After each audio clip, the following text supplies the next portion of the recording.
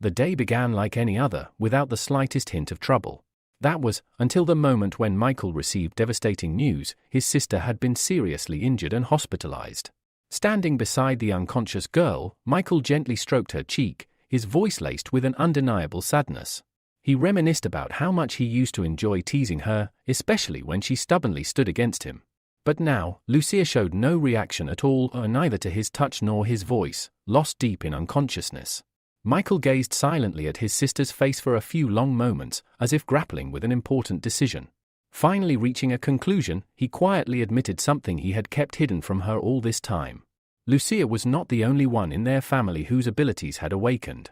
He had awakened too.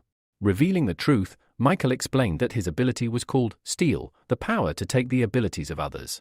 In the next instant, a blue pearl materialized above Lucia's head, pulling delicate threads of her energy toward it. As the pearl absorbed her energy and settled into Michael's palm, a notification confirmed that the ability theft was complete. Michael had gained a D-rank ability known as Mental Blast, capable of launching a mental charge that could attack enemies. However, surprise flickered across Michael's face upon realizing the rank of Lucia's ability. With such a low rank, it seemed impossible for her to have been turned instantly into an ice statue by what witnesses had described as an unintentional attack. Doubt gnawed at him, and he began to question the truth of the incident. At that very moment, angry voices echoed from the hallway. Michael recognized his father, Nicholas, arguing heatedly with someone. Philip, a lawyer, was trying to convince them that what happened had been purely accidental. Heroes, he reasoned, were not gods, they risked their lives fighting monsters, and accidents were sometimes inevitable. But Nicholas was having none of it. He rejected the offered compensation, throwing the documents aside and furiously shouting that they did not need dirty money. Philip, visibly unsure of what to do, hesitated, caught between duty and decency. Hearing the commotion, Michael stepped out of the room, picked up the discarded papers, and examined them. Seeing this, Nicholas, filled with disbelief, asked his son what he was doing. Surely they couldn't exchange Lucia's precious life for money? Michael calmly rose to his feet, placed a reassuring hand on his father's shoulder, and explained that they needed the money to care for Lucia, who would now remain in a vegetative state. His words struck a painful chord, and Nicholas realized that Michael was right. They could not afford to refuse help, no matter how bitter it felt. Turning his attention to Philip, Michael stated that before signing anything, he had some additional conditions to add. Philip's face registered a flicker of surprise, but he agreed to listen. Michael demanded that the hero responsible for harming Lucia personally apologize to her, face to face. Philip hesitated and offered to apologize on the hero's behalf instead. Michael firmly rejected the suggestion, insisting on a personal appearance. Reluctantly, Philip explained that the hero, David, was overwhelmed with battles and could not come in person. In place of an apology, they offered an additional 100,001 in compensation. Though it left a bitter taste in his mouth, Michael agreed. He signed the papers, handing them over to Philip, who accepted them with a grateful smile before quickly leaving the hospital, eager to escape the heavy atmosphere. Outside, Philip immediately called his employer to report success, though he noted the extra 100,001 they had to add. The hero on the other end praised Philip, promising that the money would soon be transferred through the secretary. Ending the call, Philip smiled, wishing he too could be a hero one day. Back in Lucia's hospital room, Michael sat quietly at her bedside. Speaking softly, he asked for her forgiveness for signing the agreement, explaining that the family's situation had left them little choice. He vowed, however, to uncover the truth about what happened. Michael no longer believed in coincidences. This tragedy had sparked something deep within him, a desire to change the world, to rid it of those among the awakened who were unworthy of being called heroes. To carry out his plan, Michael moved out of his parents' home and relocated closer to the city center. He quickly found an apartment for a reasonable fee in one of the better neighborhoods. Upon entering the building, he discovered that his new neighbors were already waiting to greet him. A blonde girl introduced herself first, calling herself Diana. She then introduced her friend, Marina, who was sitting beside her, and mentioned that a third girl also lived there but had not yet returned home. Michael was not surprised by their presence. After all, he had signed a cohabitation agreement with them beforehand. Calmly, he introduced himself in return. Diana smiled warmly and suggested celebrating the arrival of their new neighbor. However, Marina declined, explaining that she had planned to spend the evening at the library.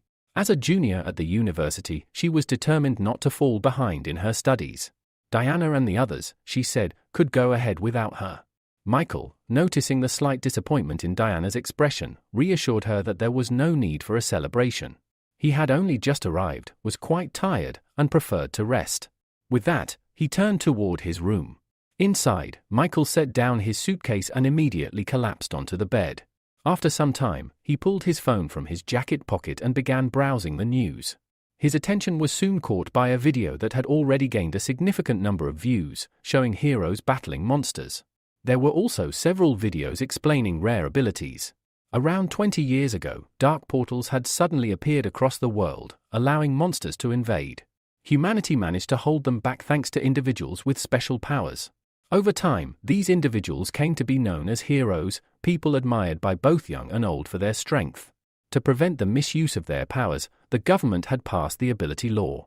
This law permitted only those who passed official tests and received a hero certificate to use their abilities openly. Watching the footage of the heroes battling monsters, Michael recognized the event where Lucia had been injured. He replayed the video several times but found nothing suspicious. Sighing heavily, he set his phone aside, deciding that tomorrow he would review the footage once more with a clearer mind. When Michael checked his phone again to see the time, he was shocked to realize it was already 2:30 in the morning. Jolting upright, he hurried to wash up and get to bed, knowing he had work early the next day. Gathering his things, Michael stepped out of his room and headed for the bathroom, careful not to turn on the hallway light to avoid disturbing his neighbors. However, after taking only a few steps, he froze. Ahead of him, he spotted a girl barely able to stand, leaning heavily against the wall as she stumbled down the corridor. It was easy to guess that she was the third roommate he had yet to meet.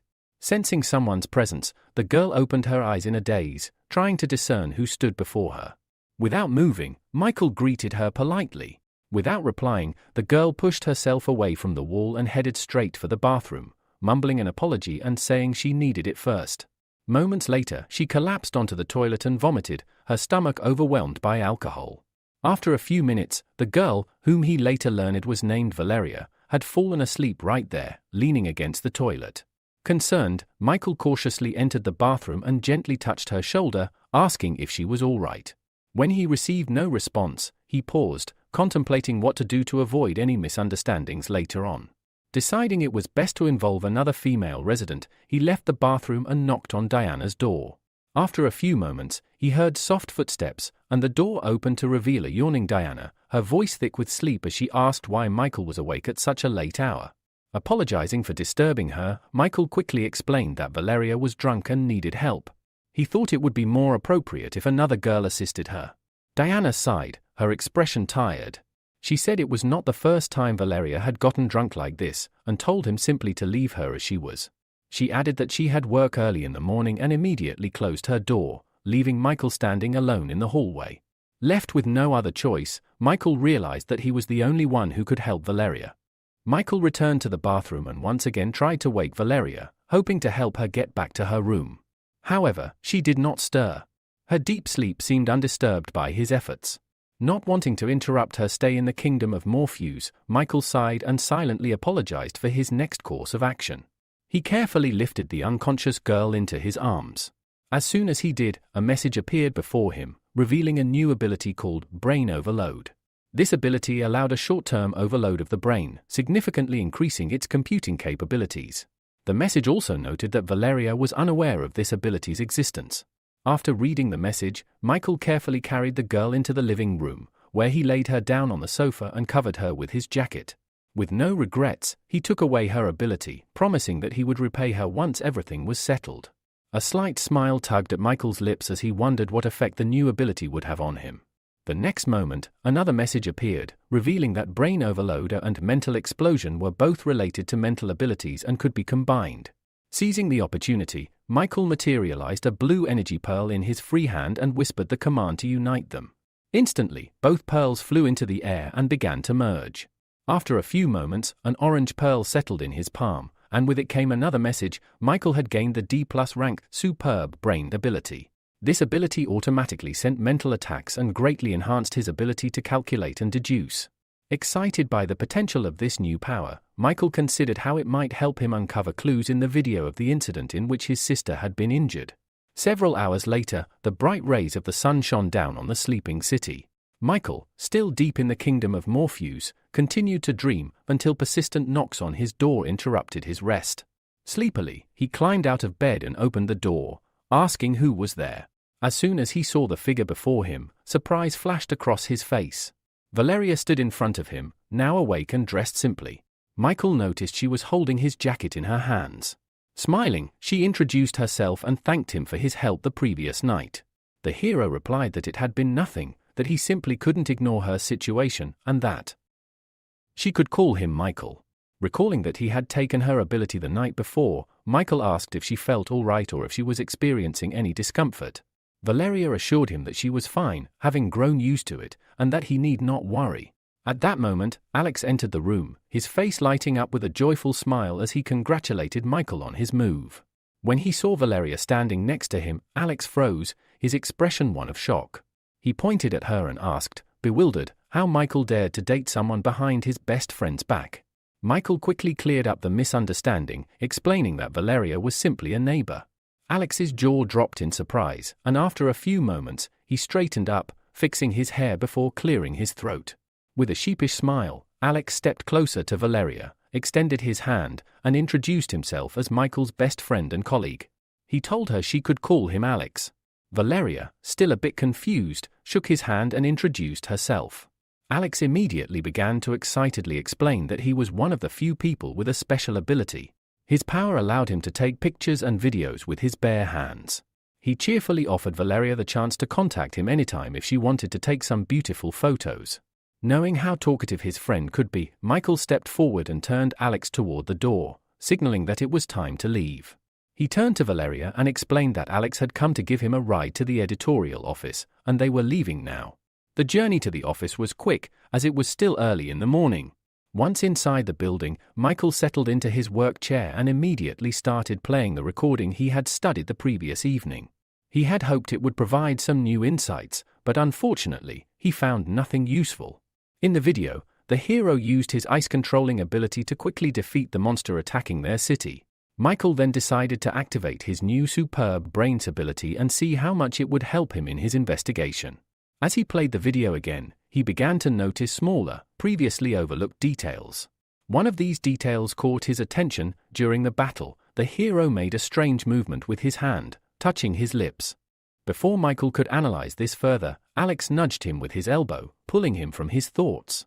Rolling his chair closer, Alex asked with interest why Michael wasn't pursuing a relationship with girls, especially with someone as beautiful as Valeria.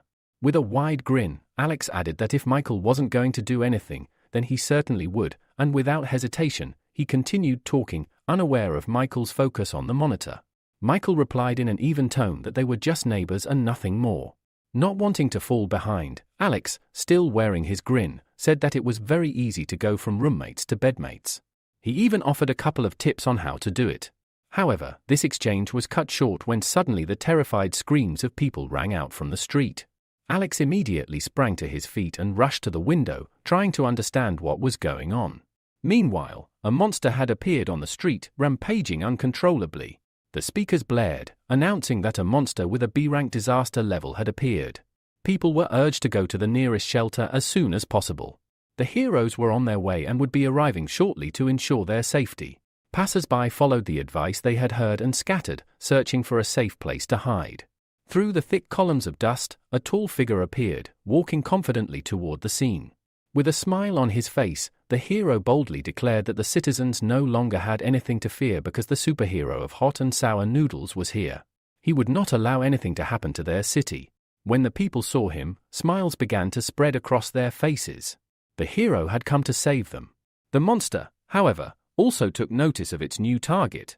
It immediately extended its deadly tentacles toward Adam, who stood bravely before it. Without leaving the window, Alex quickly activated his ability, preparing himself to capture some worthwhile material. He knew that one-eyed killers like this monster not only possessed incredible defense but also had a psychopathic ability for close combat. He was curious to see how the superhero of hot and sour noodles would fare against such a formidable foe, as he might not be able to handle it. Just as Alex was about to turn to Michael to say something, he was startled to realize that his friend was no longer in the room. Accustomed to Michael's oddities, Alex turned his attention back to the window and raised his hands, activating his ability to take a photo, knowing he could make some extra money from this opportunity. At that moment, another hero appeared below. Amelia, known by her nickname Fire Butterfly, flew up to Adam and asked if he needed help. The man didn't even glance her way, keeping his eyes fixed on the monster.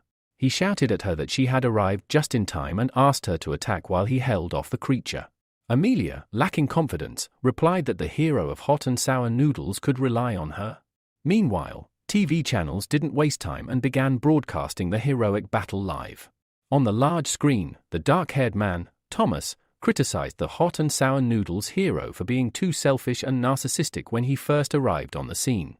Nathan, sitting next to him, asked why Thomas held such a negative view of the hero. Thomas explained that in order to activate his ability, the hero needed to eat a bowl of hot and sour noodles. As a result, he usually appeared after the other heroes had already exhausted the monster, only to step in and deliver the final blow. A smile spread across the presenter's face as he cheerfully remarked that nothing else was expected from director Thomas. He always had information others didn't know. Clearing his throat, Thomas suggested that they stop the idle chatter and continue watching the live broadcast. Back on the battlefield, the hot and sour noodles hero struck the monster with a powerful attack, knocking it to the ground. As the monster lay motionless, Fire Butterfly, hovering in the air, called for the hero to step aside. The next moment, she extended her hand in front of her, and countless small fire butterflies flew out from her palm, immediately charging toward the monster. Within moments, the monster's massive body was engulfed in her scarlet flames. Adam managed to jump away at the last second to avoid being caught in the fire. Nathan, observing the scene, declared that the monster's life was nearing its end. However, Thomas disagreed. Without taking his eyes off the monitor, he explained that monsters were smarter than people thought. Throughout the entire battle, he had not seen any signs of anxiety from this particular monster. Suddenly, a powerful whirlwind of flames enveloped the monster's body, soaring upwards. The monster, who appeared unscathed, remained standing, its eyes burning with an eerie determination. Adam stood up, his face serious. Looking at the monster, he declared that their enemy had evolved and now possessed a fireproof shield. His words caused a look of horror to spread across Amelia's face, and she asked if the hero of hot and sour noodles could hold out just a little longer until the other heroes arrived. The man hesitated, a recent memory flashing through his mind.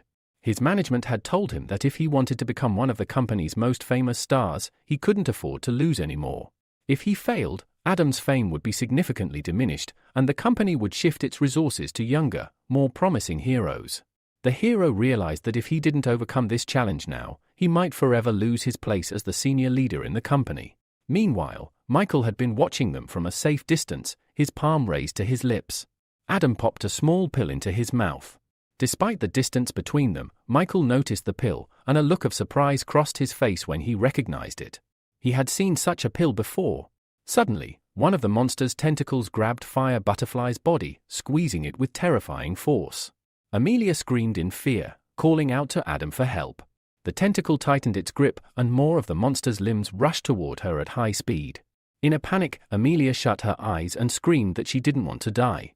Then, one of the monster's tentacles detached from its body. The monster froze, looking at its severed limb, which had just moments ago been holding its captive. The hero of hot and sour noodles had arrived in time, saving Amelia from certain death. Nathan, watching the scene, joyfully slammed his fist on the table. He turned to the rest of the audience and explained that the hot and sour noodles superhero could only maintain his fighting form for 15 minutes. However, this time, he had not only lasted longer but had also become stronger than before. The inspired man jumped to his feet and, raising his clenched fist, shouted that their hero had not yet aged. Thomas, on the other hand, showed restraint, unlike the overly emotional presenter. Though he didn't voice it, it was clear he was pleasantly surprised by this turn of events. However, he was not allowed to finish speaking, as Nathan's expression instantly grew more serious. He sat back down, his eyes glued to the monitor. The one-eyed monster was attacking again. The monster's tentacles sharpened and rose into the air. The next moment, as they rushed toward Adam, a terrible roar echoed, and thick clouds of dust and small fragments of stone surged into the air. The hero, surrounded by blue lightning, managed to withstand the attack, his powers protecting him. Smirking, he declared that it was too weak. Then, with a furious cry, Adam launched himself from beneath the pile of stones. The monster didn't even have time to react before its limbs were severed and its body pierced through in an instant. Adam had put all his strength into this blow, successfully counterattacking his enemy. With a smile on his face, he watched as the monster's body, paralyzed by lightning, remained frozen in the air for a few more moments, while its tentacles rapidly fell to the ground.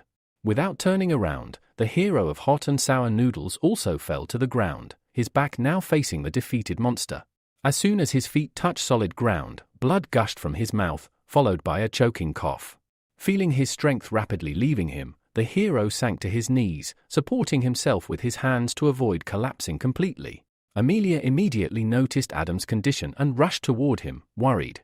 Hearing her footsteps, Adam raised his head and met her gaze with his blue eyes. The girl instantly noticed his pale complexion and the bulging veins on his face, a sight that sent a shiver down her spine. She had never seen anything like it before. Overcoming her fear, she sat beside him and gently placed her palms on his shoulder, asking in a concerned voice what was happening to him. Adam turned away from her, squeezing his eyes shut in an attempt to control his condition. After a few tense moments, he finally managed to stabilize himself. His condition returned to normal, and he slowly rose, scratching his head under his mask. With a wide smile, he reassured the fire butterfly, saying that he was fine. He had just overexerted himself with his powers. The girl sighed with relief, significantly calmed by his words. Afterward, the hero of hot and sour noodles helped her to her feet, and together, they accepted the well-deserved praise from the residents whose lives they had saved. Michael, who had been watching from his hideout, finally decided it was time to leave. He felt the need to gather more information about the blue pill that the hero of hot and sour noodles had taken. However, just as he prepared to move, something caught his eye, a barely perceptible movement from the slain monster. He paused, frowning, and looked toward the creature.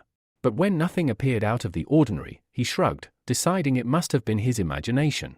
However, the next moment, a smaller version of the one-eyed monster crawled out from beneath the fallen creature's body. It began to frantically scan the surroundings. Noticing Matt standing nearby, the monster lunged in his direction, its eyes never leaving him. The hero, thinking quickly, reasoned that since the one-eyed killer's physical and elemental defense was too high, the most likely weak point would be its mental defense.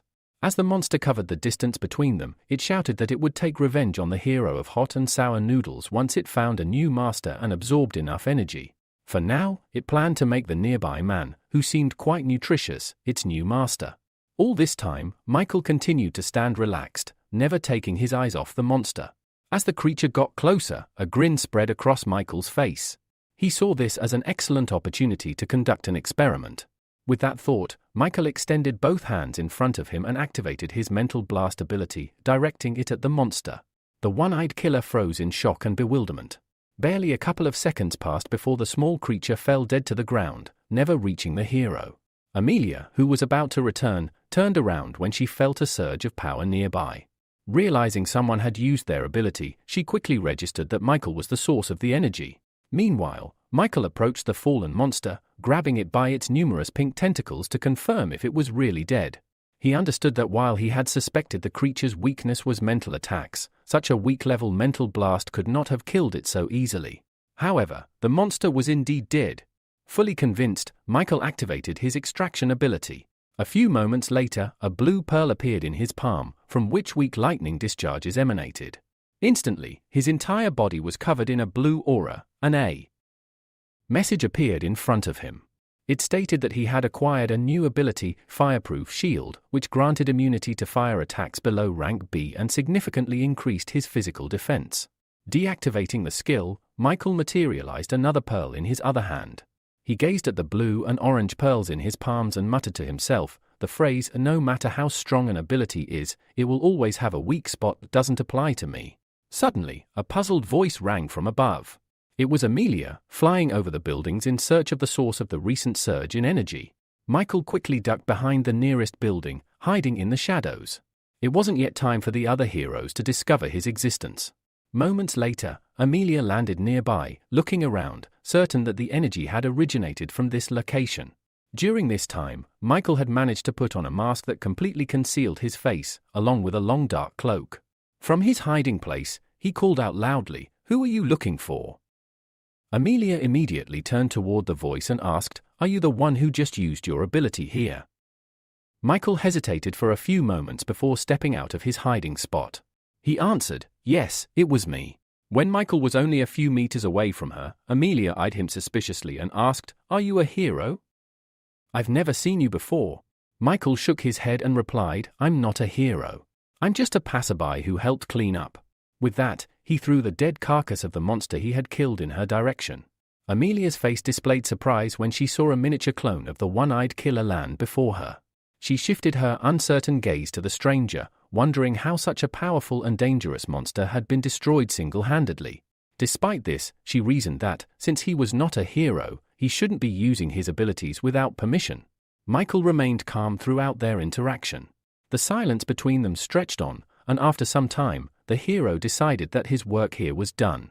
There was no reason for him to remain, so with purposeful strides, he began heading toward the girl, planning to pass her by. But before he could, Amelia stepped to the side and extended her hand, blocking his path. Overcoming her shyness, she shouted, "You've used your ability illegally. You'll have to come with me to the Hero Association for a checkup." Michael looked down at Amelia, his gaze pointed as he asked her if she truly believed she could stop him. In response, fiery wings materialized behind the girl, and she soared into the air. With determination in her voice, she declared that his actions were completely against the law of abilities, and that she had the right to take certain measures against him. Despite her display of power, Michael remained still as butterflies, summoned from Amelia's palm, began to surround him, transforming into hot flames. Without a hint of hesitation, Michael reached out and touched one of the butterfly's wings. He calmly asked, "Is this how heroic defenders treat ordinary people?" Amelia's eyes widened in shock and disbelief as Michael crushed one of her butterflies with a single movement of his hand. He then casually moved closer to her, raising his clenched palm to her face. "It's my turn to attack now," he said, his voice cold. Realizing she was no match for him, Amelia shot upward at incredible speed. Without even looking back, she shouted a pleading apology. But Michael, almost immediately, dismissed her from his mind. His thoughts shifted to the strange blue pill that the hero of hot and sour noodles had taken earlier. He was now certain that this same pill had been consumed by the hero responsible for what had happened to Lucia. Taking off his mask, Michael swore to himself that he would uncover the truth at any cost. A few hours later, the city, no longer lit by the sun, was illuminated by countless stars. Michael's workday had ended, and he caught the late-night metro, which arrived on time despite its infrequent schedule. Sitting on the bench, Michael reasoned that, in order to avoid drawing unwanted attention to himself, he should stop collecting others' abilities. He also decided that focusing on developing his brain overload ability and gathering more information about the blue pills was his best course of action. All this time, a man with dyed purple hair had been watching him intently from nearby. As Michael closed his eyes and leaned back, the man waited for a few moments before walking past him, quietly apologizing. Michael didn't immediately realize what had happened. Without opening his eyes, he reached out for his backpack, which was lying nearby, but his hand met only the hard surface of the bench. Confused, Michael opened his eyes and looked around, noticing the space next to him was empty. His backpack was gone. Realization struck him quickly. The man in the green jacket, who had been standing opposite him, must have stolen it. Michael scanned the other passengers in the carriage, but no matter how hard he looked, the thief was nowhere to be seen. The hero frowned, suspecting that the thief might have an invisibility ability. Since they had not yet reached the station, Michael could not get off the train, so he closed his eyes again, activating his brain overload ability to enhance his senses. A few moments later, Michael's plan proved successful. He picked up the scent of his backpack from a nearby man, though the man's clothes and aura were completely different from what they had been moments ago. Michael immediately dismissed the idea of an invisibility ability. It seemed more likely that the man had the ability to change his appearance, or even reincarnate. A smile played on Michael's lips. Such a useful ability. I can't let it slip away, he thought. 20 minutes later, the metro arrived at the final station, and all the passengers disembarked. Michael followed the thief unnoticed, who was strolling leisurely with the stolen backpack. The thief, named Fred, was pleased with his luck. He had managed to rob someone and leave without being detected. Yet, alongside his joy, there was a creeping sense of unease. He didn't know it, but the reason for his anxiety was walking right behind him. After walking a few more steps, Fred turned around, glancing over his shoulder. To his shock, he saw a man happily waving at him, the same man he had just robbed. Fred's heart raced with confusion. How had this guy figured him out? Not wanting to get caught, Fred sprinted away, running as fast as he could. Fortunately for him, a public restroom appeared around the corner, and he dashed inside. Michael, however, had already guessed where the thief had gone. Michael approached the small building and, without hesitation, pushed open the door to the men's restroom. In a mocking tone, he called out, asking if Fred truly believed he could hide from him in a place like this. However, contrary to Michael's expectations, the restroom was completely empty. Frowning, Michael turned and stared at the sign for the women's restroom. It was the only other place Fred could be. Without wasting time, he entered. Inside, there was only one closed booth. Michael knocked on the door, ordering the person inside to come out. A high-pitched, panicked voice screamed back, claiming there was a pervert in the restroom. Sighing heavily, Michael declared that he had no other choice. With a swift kick, he broke down the door. Immediately, a barrage of objects, cosmetic items and a roll of toilet paper was flung at him in desperation. Brushing off the scraps of paper, Michael calmly remarked that Fred's ability was quite unusual. It was even capable of altering his voice. Before him stood Fred, cowering against the wall, dressed ridiculously in short women's shorts, a blouse, and stockings.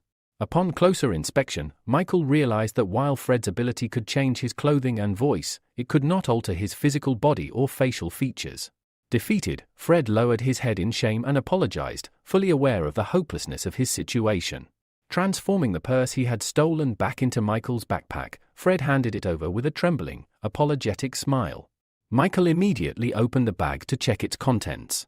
Finding nothing missing, he slung it over his shoulder and, with a threatening tone, asked if Fred had dared to look inside. Terrified, Fred quickly shook his head, insisting he had not. Satisfied, Michael adjusted his glasses and advised Fred to find an honest job and live a better life. Fred, desperate, clasped his hands together and promised never to steal again, thanking Michael for sparing him. However, Michael suddenly stopped him, raising an eyebrow. He asked, bewildered, when exactly he had said anything about sparing Fred. What happened next left Fred so shocked that he fainted on the spot. Moments later, Michael, now in possession of a new ability, left the restroom with a satisfied smirk. Although he had previously sworn to stop stealing abilities, the temptation this time had been too great to resist. The ability, called changing clothes, allowed him to instantly change his outfit with a simple motion and even provided additional storage space. Eager to test it, Michael activated the ability before stepping outside. Instantly, his appearance transformed. The plain clothes he wore were replaced with a stylish black suit, jacket, shirt, tie, and trousers. His glasses were replaced by sleek contact lenses. Admiring his reflection briefly, Michael thought to himself how incredibly convenient this new skill was. Just then, two police officers approached. They explained they had received a report about someone shouting about a pervert in the women's restroom and asked if Michael had witnessed anything. Calmly, Michael nodded and pointed toward the restroom, claiming he had seen a suspiciously dressed pervert there. A few minutes later, the officers emerged, dragging the unconscious Fred between them. Michael watched the scene without a hint of guilt. In his mind, he reasoned that not everyone deserved the powers they possessed, and he would be the one to correct that injustice. 1 week later, Michael sat in the back of a taxi, heading to an address Alex had sent him. When the taxi arrived, he paid the driver and stepped out. There, waiting at the entrance, was Alex, who greeted him enthusiastically, waving and smiling as if he had been waiting for hours. Michael, however, was not in a joyful mood. He wearily asked what was so important that Alex had insisted he come all the way here. Throwing an arm over Michael's shoulders, Alex, still smiling mischievously, said that Michael would not believe who he had seen at the nightclub. Uninterested, Michael asked flatly who it was. Alex, clearly savoring the moment, finally revealed that it was Valeria, Michael's supposed girlfriend, working there as part of the service staff. Michael shot him a tired glance and corrected him. Veronica was not his girlfriend. He asked why Alex was telling him this. Laughing, Alex pushed him toward the club entrance, insisting that Michael could drop the act. Once inside, everything would be clear. Without another word, they crossed the threshold and entered the building. Our hero's eyes widened in shock the moment he spotted a familiar face. On the stage, within a caged platform, danced Valeria, his neighbor. Dressed in a daring bunny costume, she moved to the rhythm of the music, swaying her hips side to side, all while smiling brightly under the cheers of the crowd. However, her expression suddenly changed. Fear and panic flickered across her face as she noticed Michael entering the club alongside Alex, making their way toward the seating area. They quickly found an empty table. Alex ordered drinks for both himself and his sullen companion. As the drinks arrived, Alex nudged Michael, who sat hunched over the table, his chin resting heavily on clasped hands, lost in thought. Alex chuckled and encouraged him to lighten up, reminding him that there were still many beautiful women in the world besides Valeria. Tonight, he said, they were on Alex's turf, and Michael should try to enjoy the moment. Waving at a group of girls nearby, Alex beckoned them over. They approached the table with cheerful smiles. One by one, Alex introduced them to Michael, proudly pointing out that the man beside him was his best friend. The girls, not needing further invitation, sat down next to Michael, eager to entertain. Meanwhile, at the next table, a heated conversation was unfolding. Surrounded by two women, a young man loudly complained about his bad luck. He griped that if his brother hadn't taken his car, he would not have lost the race. Across from him, a composed man named Logan reached for the call button, advising him to simply accept the loss rather than blaming the car. Austin, the frustrated young man, shot back that Logan had no right to lecture him. After all, Logan had failed to earn his father's favor and had been demoted to the role of bodyguard. After a brief pause, Austin laughed mockingly, suggesting it was because Logan could never keep his mouth shut.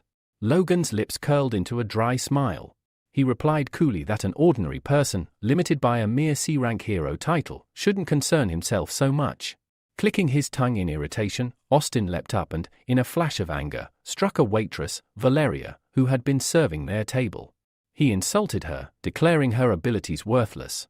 Grabbing a bottle of alcohol she had brought, Austin sneered, asking how she could serve something so disgusting. His irritation, though directed outward, clearly stemmed from the embarrassment caused by Logan's words. Unable to vent his anger on his bodyguard, he chose instead to humiliate Valeria.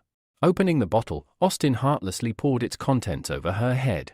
Michael, witnessing the entire scene, instinctively began to rise from his seat to intervene. But Alex hastily grabbed his arm, urging him not to act recklessly. He warned Michael that Austin was no ordinary troublemaker. He was the second son of a powerful A-rank hero from the Olympus Company, known as the Mechanical Hero. Worse yet, Austin was accompanied by Logan, the C-rank hero known as the Flame Fist. Challenging them would be dangerous for any ordinary person. Michael reassured him that he had no intention of starting a fight. He simply said he needed to use the restroom. Reluctantly, Alex let him go with a heavy sigh. Meanwhile, Valeria sat frozen on the floor, drenched in alcohol, too humiliated to lift her head. Austin, losing all interest in her, returned to the girls on the sofa and coldly ordered the club's waiters to get rid of her. Without hesitation, two staff members approached. One of them grabbed a bottle and forcibly poured alcohol into Valeria's mouth, holding her head in place as she struggled weakly. Just as Valeria was about to give in to despair, someone shoved the waiter aside with force. Freed from their grip, she coughed violently, spitting out the alcohol she had been forced to swallow. Without even looking directly at her, Michael's voice cut through the tension. He said calmly that he had heard the son of the mechanical hero was present. Logan immediately stiffened, sensing the seriousness in Michael's tone. He asked sharply who Michael was. Seated casually in a chair opposite them, Michael replied with a cool demeanor that he was simply someone looking to make a deal with young Master Austin. Austin, pouring himself another drink, glanced lazily at Michael and asked what kind of deal he was proposing.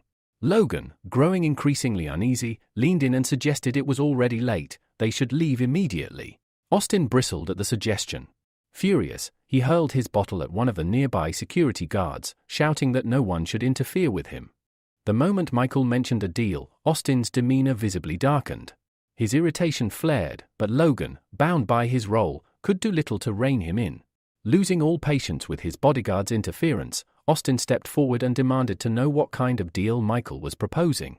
Logan reached out, placing a firm hand on Austin's shoulder, urging him to step back. He muttered that Austin was far too drunk and should rest, casting a displeased glance at Michael and muttering that he would handle this clown himself. Meanwhile, Michael casually swirled the amber liquid in his glass. Hearing Logan's words, he smiled slightly and said that, Although he was normally against violence, the man's interference had forced his hand. He placed the glass back on the table and rose slowly, his gaze locked onto Logan. As he stood, Michael deftly wrapped bandages around his fists, activating his ability with a calm declaration they would soon see who would be teaching whom a lesson. Flames erupted over Logan's bandaged fists as he took an aggressive stance. He warned Michael that he would show no mercy. Michael, however, remained perfectly still, quietly observing. By now, a crowd had gathered, drawn by the prospect of witnessing a live fight between heroes. Amid the growing excitement, Valeria, with the help of a friend, managed to retreat toward the restroom to clean herself up. Without hesitation, Logan launched his attack. As he closed the distance between them, confusion flickered across his face. Michael wasn't moving, nor did he seem prepared to dodge.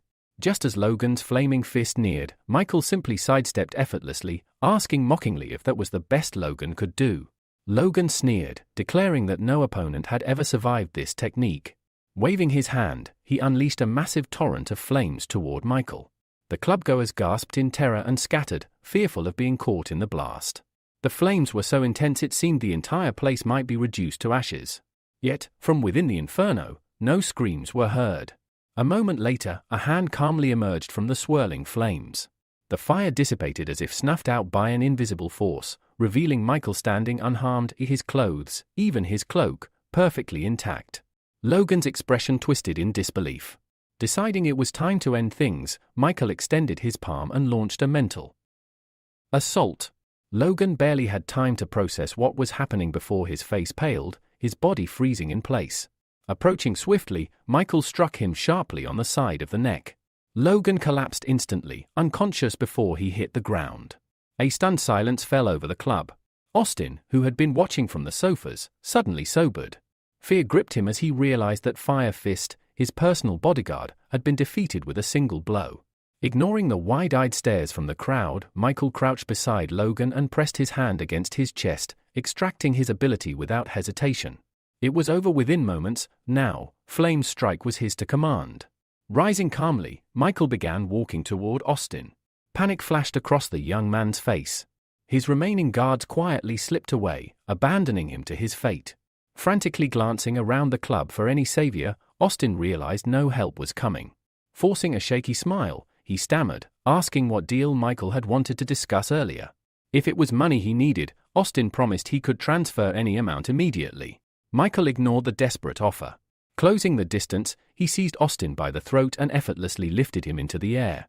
Austin clawed at Michael's hand, trying to break free, but the grip was unrelenting. Choking and gasping, Austin managed to rasp out a question. Did Michael even know who his father was? Michael's gaze remained cold. He answered that he knew very well. Austin was the son of the mechanical hero. Then, he added flatly, and what exactly is that supposed to mean now? Austin, gasping for air, croaked that if Michael killed him now, his father would definitely hunt him down and take revenge. But instead of finishing him off, Michael pulled Austin closer and whispered that he had no intention of killing him, he simply wanted to share something with him. Confused and wary, Austin asked what exactly he meant. Michael responded with a question of his own. Did Austin want to gain an ability? The suggestion stunned him. Still kneeling on the floor, Austin rubbed his sore neck and stared up in disbelief. An ability wasn't something anyone could just hand out, only special circumstances or rare talents allowed such a thing. Scoffing, he accused Michael of thinking himself a god. Michael only sighed heavily. Without arguing, he turned and tossed a small piece of paper toward Austin. Calmly, he told him that if he truly wanted an ability, he should come alone to the address written there in exactly 7 days. Without waiting for a reply, Michael left the stunned young man behind. Outside, he quickly changed back into his casual clothes. As he stepped into the fresh night air, his phone rang. It was Alex, his voice slightly frantic, asking where Michael had gone. Michael simply replied that it was too noisy inside and he had stepped out for some air. When he asked if something serious had happened, Alex relaxed and joked that Michael had missed quite a show. He told Michael to wait outside, he would join him shortly, and they could grab some food together while he filled him in. Ending the call, Michael gazed up at the night sky, a small smile playing on his lips. The first phase of the plan was complete. Now, all he had to do was wait for Austin to take the bait. His real target lay within Olympus, the fastest path toward achieving his greater goal. Hours later, an emergency meeting was called at the headquarters of Olympus. All eyes were fixed on a large screen displaying CCTV footage of the fight between Fire Fist Logan and the masked stranger, Michael. Gilbert, Austin's father, and a prominent figure in Olympus, sat silently, watching every second. When the video ended, he finally spoke, asking the room for their thoughts. The ice adventurer spoke first, pointing out that the masked individual had used his hand like a blade to defeat Logan in an instant. Judging by his ability, the attacker was almost certainly above B rank. Another man sitting nearby disagreed slightly, saying it wasn't simply a knife strike. He emphasized that Logan had fallen the moment the masked man made a mysterious motion with his hand. Another official pushed a folder across the table. It contained the Identification Department's injury report on Fire Fist Logan. He urged everyone to read it before making assumptions. As the group skimmed through the document, shock spread across their faces. The report confirmed it: Logan's ability had vanished without a trace. A heavy silence fell over the room. It was clear now they were facing a terrifying new problem. Someone out there could erase abilities entirely. Pavel broke the silence first, asking where such a monster could have come from. Edgar responded grimly, saying that, to his knowledge, only one person ever possessed such an ability, an S-rank hero. Gilbert turned to him sharply, asking if he meant the hero. Before Edgar could fully respond, Sam leapt up, shouting that it was impossible. The transporter, the hero in question, was already an old man with one foot in the grave. There was no reason for him to reappear now and cause chaos. Edgar sighed heavily. He warned that Olympus wouldn't be able to handle this matter on its own and that they were obligated to report it to the Hero Association. But Pavel, raising an eyebrow, scoffed at the idea. A person with such a terrifying ability would be seen as a living weapon. No organization would willingly expose him. No one would report someone that valuable. Gilbert nodded in agreement. He decided that, for now, Olympus would keep this incident a secret. Another buried truth, hidden within their company. He ordered everyone to leave, needing time alone to think. Meanwhile, Austin had made it home safely. Morning light streamed through his windows as he lay on his bed, the small piece of paper in his hand. He couldn't stop thinking about it. An ability, his very own ability. His mind raced through endless scenarios, wondering what Michael would want in return. It had to be something serious. Michael had emphasized this was a deal after all. But Austin eventually pushed the questions aside. None of it mattered compared to the prize. In just a few days, he would gain the power he had always longed for. At the same time, Michael met with Alex in front of a museum. Alex, looking curious, asked why Michael had called him there. Alex explained that he had dragged Michael to the museum because he wanted to learn more about monsters, so he would know how to better hide when encountering one. Hearing this, Michael couldn't help but fall into thought. Maybe he could even attempt something riskier, like extracting an ability from an S-rank monster. As they walked inside, they accidentally brushed past two girls who were chatting happily near the entrance. Michael shot Alex a displeased look, accusing him of coming here not to study monsters but to flirt with girls. Alex grinned mischievously and admitted it openly, saying, "Everyone knows the prettiest girls hang out here. How could I miss a chance like that?" Rolling his eyes, Michael pointed somewhere deeper into the museum, muttering that unlike Alex, he actually came here for serious business. Soon, they approached one of the grand exhibits, the electric Tyrannosaurus, an S-rank monster that had once terrorized the city. Standing over 7 meters tall, it had unleashed devastating electric blasts, paralyzing the city and causing the deaths of 5 A-rank heroes and 20 B-rank heroes. Even now, the creature's preserved body seemed alive. Tiny discharges of lightning still crackled across its scales. Without warning, a beam of electricity shot from its mouth toward one of the display walls, startling nearby visitors. Alex watched in awe, amazed that even death hadn't stripped the monster of its terrifying power. Meanwhile, Michael remained calm, studying the beast with sharp interest. He slowly extended his palm toward the dragon, imagining how incredible it would be to harness such an ability. But before he could make contact, a security guard barked at him, baton in hand, demanding to know what he was doing. Michael quickly smiled and flashed a journalist's ID, claiming he was here to write an article about monsters. The guard narrowed his eyes, inspecting the card carefully. Eventually, he grunted and said Michael could look, but absolutely no touching was allowed. Michael cast a glance toward Alex. Understanding immediately, Alex nodded with a sly smile and approached the guard, distracting him with idle chatter, especially about where the cutest girls in the museum were. While the bewildered guard was being led away, Michael seized the opportunity. He reached out and placed his palm against the electric Tyrannosaurus, initiating an extraction. At once, he felt resistance. The monster's ability was still there, but extracting it was unusually difficult. Minutes dragged by before he finally succeeded. A small, purple pearl materialized in his palm. Examining it, Michael's heart sank. E-rank. The extracted ability was so weak that it could barely be used to charge a phone. He stared up at the electric Tyrannosaurus, baffled. How could an S-rank monster produce such a low-level ability? Thinking it over, he realized the likely reason: the monster had been dead for too long. Back when he fought the one-eyed killer, there had still been life left in the creature, allowing a proper extraction. With a sigh of disappointment, Michael wandered through the rest of the museum, hoping to find something better. But by evening, as the setting sun painted the sky in soft shades of purple and pink, he returned home, empty-handed in spirit if not in fact. Now seated at his desk, Michael laid out the fruits of today's labor, 3 ability pearls. The first, wreathed in a faint flicker of flame, contained an F-rank cloning ability, allowing him to create a clone that would last for just 1 minute. The second was the weak E-rank electrical ability extracted from the electric Tyrannosaurus. The third was an F-rank ability called Human Control, which could subtly make a person more interested in the ability user. Michael leaned back in his chair, staring at the pitiful collection. None of these were remotely powerful. He sighed deeply, thinking out loud that these abilities were simply too weak to be useful. But then a thought struck him: if abilities could be combined, couldn't they also be destroyed? Without hesitation, he summoned the pearl containing the flame control ability, preparing to test this new idea. Michael decided to put his new theory to the test.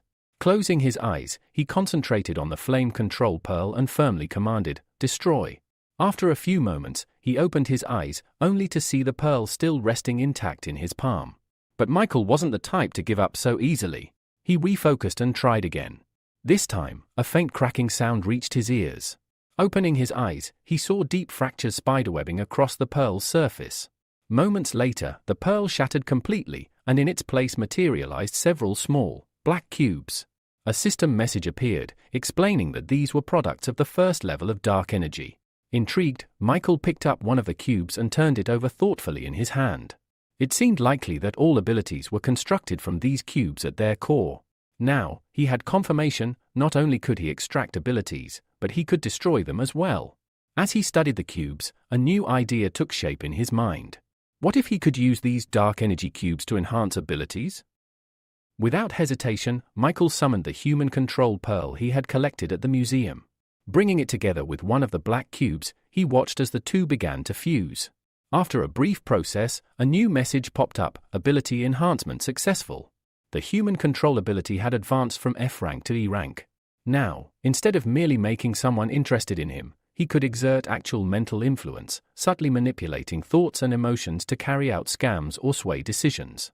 Michael stared at the upgraded pearl in amazement. He hadn't truly expected it to work. Laying the enhanced pearl aside, he looked at the remaining black cubes with satisfaction. Possibilities danced through his mind. Maybe, just maybe, he could even create an S-rank ability of his own. Suddenly, loud voices echoed from the hallway outside his room. Among them, he distinctly recognized Valeria's voice, frantic and distressed. Michael frowned and slipped silently from his room, unnoticed, to see what was going on. In the living room, a heavy atmosphere hung over the scene. A man sat on the couch, a pipe clenched between his teeth, glaring at Valeria, who was in tears. The man exhaled smoke and said coldly that she was only good at crying and irritating everyone around her. He added, almost indifferently, that they hadn't meant to deceive her, at first. Listening carefully, Michael pieced together the situation. Robert, the man with the pipe, explained that if they hadn't lied to Valeria about her father's illness, she would never have sent them money so willingly. Their real goal had been to secure enough funds for her brother, to buy a house, a car, and find a good wife, costing more than $1 million. Another woman standing nearby, clearly Valeria's mother, spoke up in a softer tone, saying they simply had no other way to gather that much money. She insisted that they only wanted what was best for the family. Valeria, fists clenched in fury, snapped back. How could they justify lying to her? They had told her her father was deathly ill, desperate for expensive treatment. At that time, Valeria had worked herself to the bone, taking on 4 shifts a day, just to send them the money as fast as possible. The man exhaled more smoke and said calmly that their family line could not simply end, no matter the cost. His words only deepened Valeria's anger.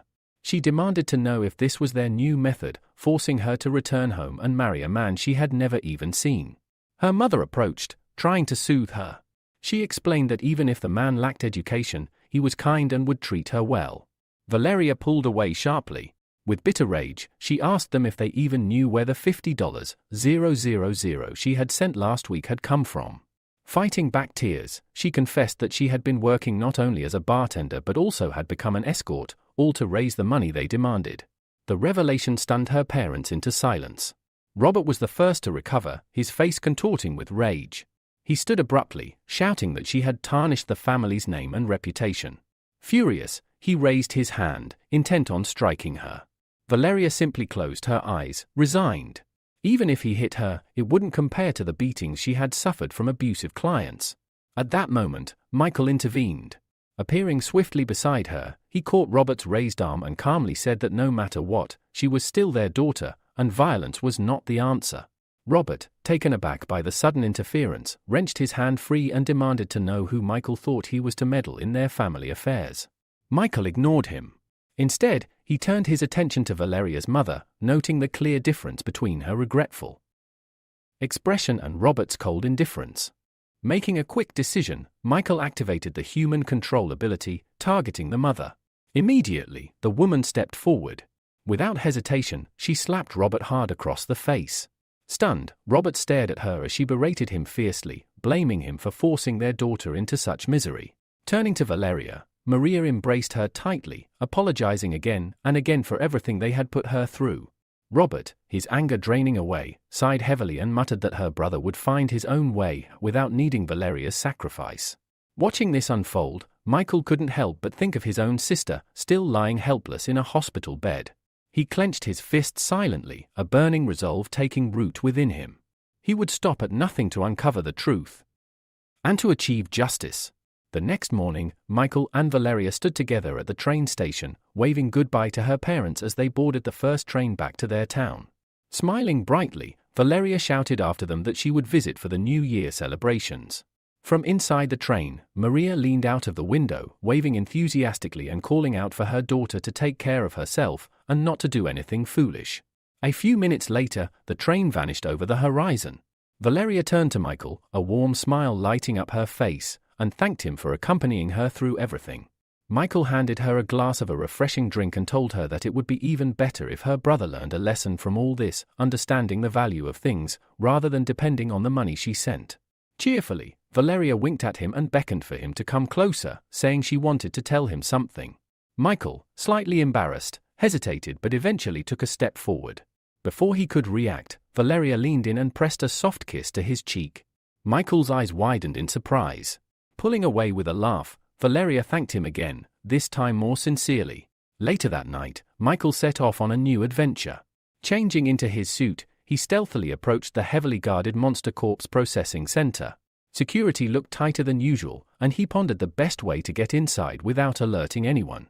Just then, a truck appeared from around the corner, heading straight toward the facility. Sensing an opportunity, Michael acted quickly, ducking underneath the vehicle and grabbing onto the crossbar, pressing himself flat against the undercarriage to stay hidden. Breathing a cautious sigh of relief, he thought he was in the clear until he realized he wasn't alone. Right beside him, a girl was clinging to the underside of the truck as well, her eyes wide with shock at seeing him. She immediately gestured for Michael to stay silent. Realizing she had the same idea he did, Michael nodded and kept still. However, when the truck hit a bump, they were jolted violently, and he accidentally pressed even closer against her, earning a glare of irritation. Trying to break the tension, Michael whispered an awkward greeting, calling their meeting an incredible coincidence. The girl, clearly unimpressed, snapped that it wasn't a coincidence at all, it was a disaster. She insisted that they should ignore each other completely and act independently, relying solely on their own abilities. Introducing herself formally, she said she was Anna Cott, a representative of the F Chamber of Commerce, and then demanded to know who he was. Michael introduced himself in turn. Anna, looking ahead, informed him that they were close to the unloading zone, but with the way they were tangled together, she wouldn't be able to dismount properly. Before she could finish, Michael cut her off, telling her to hold on tight. Without warning, he jumped off the moving truck, holding her protectively. Twisting midair, he absorbed the impact when they hit the ground. For a moment, they lay stunned. Clearing his throat, Michael tried to get up but found he couldn't. Anna was still pressed against him. Half joking, he asked how much longer she planned on hugging him. Blushing furiously, Anna scrambled to her feet, turning away to hide her embarrassment. She irritably shouted that if the situation hadn't demanded it, she would never have hugged him in the first place. Eventually, they made it inside the processing center. Wandering through the dimly lit halls, they found the monster processing room. Anna, noticing Michael's wide-eyed look at the grotesque surroundings, teased him and asked if he was a rookie. Michael admitted honestly that he was. He said he would gladly follow the guidance of someone more experienced. Smirking, Anna decided to take him under her wing. Since he was being so open, she said she would allow him to tag along. Leading the way, Anna stopped before a huge table where the corpse of a massive werewolf lay. Explaining her mission, she said that her boss needed white chest fur from this particular monster. Drawing a knife, she climbed onto the table and skillfully sliced off a small tuft of fur. Summoning a special bag, an ability called storage bag, Anna carefully tucked the valuable material away, smiling with pride. Looking at Michael, she boasted about her bag's impressive capacity, saying her task here was now complete. While she was distracted by her speech, Michael seized the chance to extract an ability from the werewolf's corpse. A system message appeared, acquired ability, metal transformation. It granted the power to alter the appearance and structure of any metal. Just then, alarms suddenly blared throughout the building. Both Michael and Anna stiffened in horror. Seconds later, a man in a white lab coat burst into the room, terror-stricken and sobbing. He screamed that the monster in the next room wasn't dead after all. Before anyone could react, a grotesque limb whipped out of the adjacent doorway, coiling around him like a serpent. The man cried for help as he was dragged away, disappearing into the shadows. Michael and Anna stood frozen as the lab doors slammed shut behind him. Anna let out a shaky sigh and reached toward her cloak. Anna, still trembling, leaned against Michael and asked him to support her. Her legs had gone weak from the shock and fear. Just as she spoke, she felt a faint touch on her shoulder. Before she could even react, a slimy tentacle wrapped tightly around her waist, yanking her violently toward the exit. Michael lunged after her, but the room was too dark to see anything clearly. Without hesitation, he summoned his ability, calling forth a sphere of flame that burst into existence above the ceiling, casting light across the chaotic scene. Illuminated by the fire, Michael spotted the monster dragging Anna away. Without wasting a second, he sprinted after them. However, the monster was astonishingly fast, slipping away into the darkness ahead. As Michael chased it, he noticed the rows of metal lockers lining the walls. An idea sparked. He immediately activated his newly acquired ability, metal transformation. In an instant, the metal lockers began to ripple and reshape under his will, transforming into long, bladed tentacles. With a mental command, Michael launched them toward the fleeing creature. In just a few strikes, the sharp iron limbs managed to slice through the monster's grasping tentacle, severing it and freeing Anna. Michael rushed to her side as she collapsed onto the floor, pale and shaken. Breathing heavily, he asked if she was all right. Anna pushed herself up and kicked away the severed limb with a grimace, noting with disgust that the hooks along its surface were brutally sharp. As she turned her head, Michael's floating fireball drifted deeper into the corridor, illuminating the nightmare that awaited them. There, standing before them, was the monster in full. Its grotesque body was composed entirely of countless writhing tentacles, coiling and slithering as if with a mind of their own. The creature wore a horrifying bone mask, and from behind it, the tentacles twitched and shivered. Scattered around the monster were other victims, captives entangled in its limbs, desperately crying out for help. Anna's face paled further, a look of pure confusion and terror overtaking her. She had never encountered anything like this. The monster, sensing their presence, let out a low, guttural noise. Then, with terrifying speed, its tentacles sharpened into deadly points and lunged straight toward them. Reacting instinctively, Michael swept his arms outward and again transformed the nearby metal lockers, pulling them together into a massive shield. The creature's tentacles struck relentlessly, pounding against the metal barrier. Michael gritted his teeth and held firm, using the makeshift shield to block each violent attack. Blow after blow rained down, the force behind each one immense. Suddenly, one especially powerful strike crashed against the shield, tearing a chunk of it away. Anna screamed, seeing the shield visibly weaken. Terror in her voice, she shouted to Michael that the shield wouldn't last much longer, and he had to come up with something else, fast. As the monster's tentacles surged toward them, the girl panicked once more. She collapsed onto the floor, covering her head with her hands, and screamed that they were doomed to die there, eaten alive by the creature. Still holding his shield, the hero silently agreed with Anna. He realized he would not be able to withstand the monster's assault for much longer and frantically began searching for a way to escape. Then, a flash of memory struck him. He remembered spotting several canisters of gasoline nearby. Without wasting time, he called out to his partner. Michael told Anna to calm down, assuring her that he had thought of a way they might escape. Anna looked up at him with hope shining in her eyes and immediately asked what his plan was. But instead of explaining, Michael moved into action. He separated one of the metal rods from his shield and, with a wave of his hand, hurled it toward the side. The metal, yielding easily to his will, bent like a ribbon under his control. The rod struck the gasoline canisters, flinging them high into the air. Then, still under Michael's guidance, the rod continued its movement, this time aimed directly at the monster's body. Simultaneously, Michael divided the floating fireball he had conjured into several smaller ones, maneuvering them dangerously close to the airborne canisters. Without hesitation, he grabbed Anna by the hand and sprinted away from the scene. Moments later, a tremendous explosion erupted behind them, a wave of intense heat lashing at their backs. The other prisoners, who had also been held captive by the monster, seized the moment and broke free. They, too, ran toward the exit with all the strength they could muster, leaving the monster trapped within a raging inferno. However, Michael's plan did not succeed as perfectly as he had hoped. The explosion had failed to kill the creature. One of the monster's massive tentacles shot out, pursuing them relentlessly. Anna was once again teetering on the brink of death, until, out of nowhere, a figure appeared. With a swift strike, the newcomer severed the tentacle and then positioned himself directly in Michael's path, blocking further escape. The man glared at them with a cold, commanding look and, in a voice filled with menace, demanded to know if they were the thieves responsible for reviving the monster and unleashing it upon the area. Anna, bristling with irritation, stepped defiantly out from behind Michael. She demanded to know who he was and why he was spouting such nonsense. The stranger, glaring at her from beneath heavy brows, replied sharply that she was far too disrespectful for someone of her age. Anna fired back with even greater irritation, accusing him of being the one disrespectful toward young people, despite being nothing more than an old man himself. Throughout their argument, Michael remained silent, scrutinizing the man closely. There was something familiar about him. Searching his memory, Michael suddenly recalled, this was Simon Kurd, the hero who had defeated King Kong Berserker 10 years ago.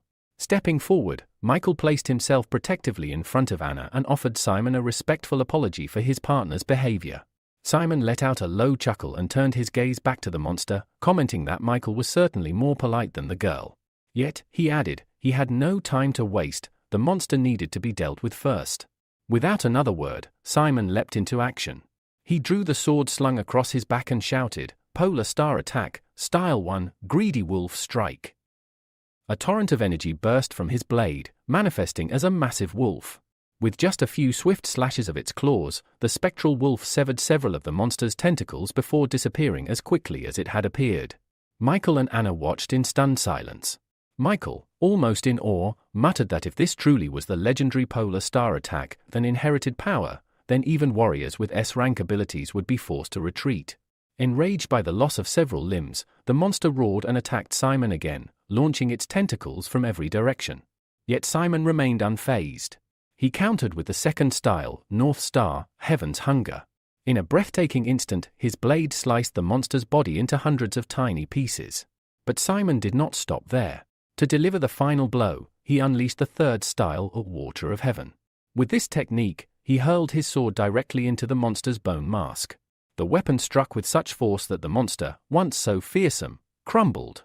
Having defeated the beast in mere moments, Simon landed gracefully back on the ground. Without hesitation, he retrieved his sword and immediately turned his blade toward Michael and Anna. It was clear Simon now intended to deal with them. Michael saw the fierce determination, the lethal intent, burning in Simon's eyes. Quickly, he raised his hands in a gesture of peace, trying to explain that they were not the ones who had resurrected the monster. Simon, however, was unconvinced. He declared that they seemed far too suspicious for him to simply trust their words. Anna, voice trembling slightly, called out to Michael. She asked in a hushed tone whether he thought he could defeat the old man standing before them. Michael turned to her, uncertainty clouding his eyes. The hero replied with regret that, unfortunately, defeating Simon was beyond his ability. He then asked Anna if she truly expected him to succeed against such an opponent. Anna shook her head and smiled, saying she simply wanted to lend him a weapon. Without warning, she handed him something, and before Michael could even react, armor swiftly wrapped itself around his entire body. Meanwhile, Anna turned and sprinted away, calling over her shoulder that the armor was crafted from the materials of a B-rank monster. It should offer him reliable protection, at least for a short time. At that very moment, Simon launched another sudden attack, a brutal reminder of his presence. The assault was so swift that Michael could only instinctively step back and shield himself with his right hand. Behind the rooster mask, his eyes widened in shock. The armor had withstood the blow from a hero of Simon's caliber. Simon showed no intention of letting up. Driven by the desire to eliminate his opponent, he unleashed a relentless barrage of attacks. Yet, Michael managed to dodge each strike by the thinnest of margins. Realizing he couldn't last like this forever, he made a desperate move. He activated his brain overload ability, hoping it might tilt the odds in his favor. To his astonishment, it worked. Simon's movement seemed to slow, allowing Michael to read his attacks more clearly. Although this improvement lifted Michael's spirits, he knew it would still not be enough to defeat a legendary swordsman like Simon. Noticing the brief hesitation in his opponent, Simon sneered and warned him to be more cautious in battle. Without giving Michael a chance to recover, he targeted an open spot and lunged forward. Michael stood frozen in horror. There was no way to dodge in time. His only chance was to maximize his human control ability.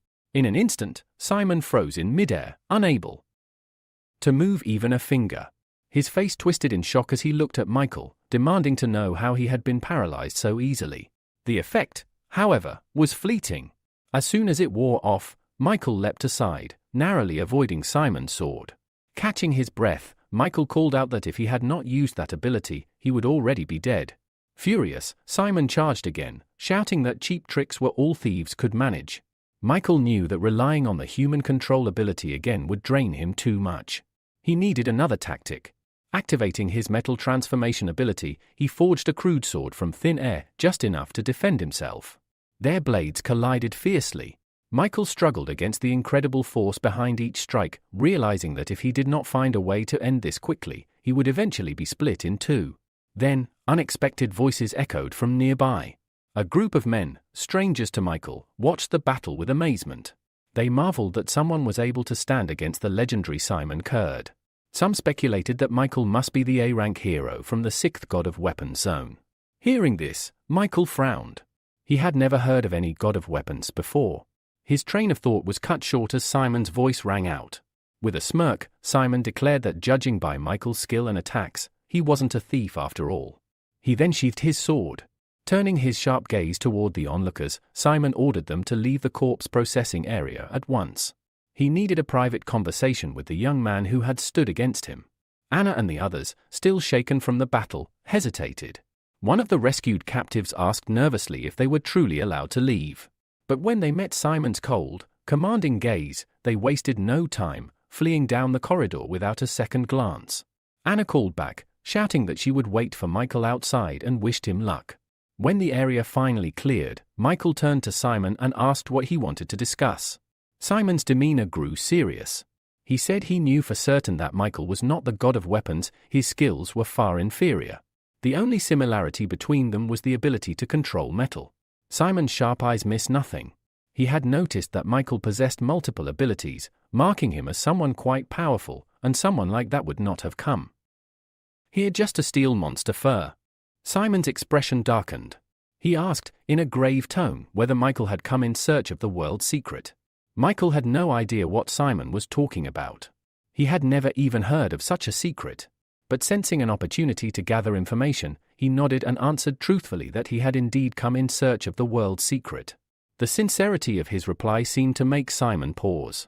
Simon burst out laughing, saying that he liked ambitious young people and would tell Michael everything. Michael was taken aback by how easily the man trusted him, but it worked in his favor, so he remained silent and listened carefully. With pride swelling in his voice, Simon revealed that the true purpose behind the creation of the center was to open a one-way tunnel to the monster world, the so-called White Hole. He explained that 15 years ago, the White Hole in their city, City L, had been discovered. In response, the Hero Association dispatched a small squad of high-ranking heroes with a mission to infiltrate the monster world. Simon himself had been among them. His voice grew heavy with sorrow as he recounted the grim tale. During that mission, many S-rank heroes lost their lives. In the end, only Simon and 2 others survived, and that was only because they had been willing to risk everything. Pointing toward the furnace where the scarlet flames blazed, Simon explained that each monster corpse processing center had been built on one of the Earth's weakest points. By continuously burning monster corpses at these sites, they kept the White Hole open, sustaining a fragile bridge to the monster world and beyond.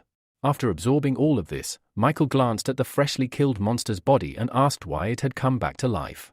Simon's face darkened as he admitted that this was a secret they kept hidden from the public. In truth, that monster was a mutation, a creature that had evolved from the monsters emerging through the White Hole. The center believed that humanity was little more than prey, trapped in a cage with beasts. Only by uniting all human strength would they ever have a chance to defeat the monsters and bring an end to this nightmare. Finishing his story, Simon turned and waved dismissively. He told Michael that he was free to go, regardless of which organization he belonged to. He reminded him that, above all else, he was still an important part of humanity. Meanwhile, tension simmered within the center's upper ranks. Katerina was furious. Simon's reckless behavior had long been a problem, but sharing classified secrets crossed an unacceptable line. Sitting beside her, a calm man, Jacob, reasoned that even if Simon had stayed silent, the truth would eventually have leaked out. It was impossible to keep such monumental secrets contained forever. Katerina sighed heavily and turned, asking if preparations for the video conference were complete. The next moment, dozens of windows lit up, showing the faces of participants from various places. A female voice announced that over 25 people were attending, and all conditions for discussing an S-rank matter had been met. Katerina and Jacob listened attentively. Once the report concluded, Jacob nodded and stated that it was time to begin. They would finally reveal the truth to the associations representing the highest-level heroes, those exceeding even A rank.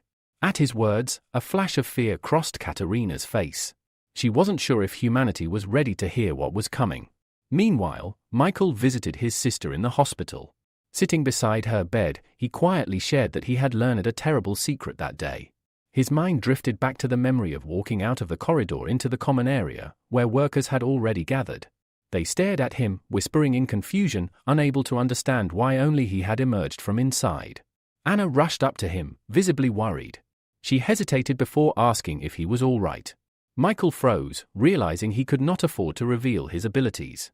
Taking a cautious step closer to her, he asked her to look him in the eyes. Anna blinked in confusion but did as he asked. That moment was all Michael needed. Activating his human control ability, he cast her into a trance. Mentally, he ordered her to forget seeing him use any fire or metal-related powers. He also made her forget that he had brought her the armor, and added that he owed her 10,000,001. With a snap of his fingers, he released her. Anna jolted back, blinking in confusion.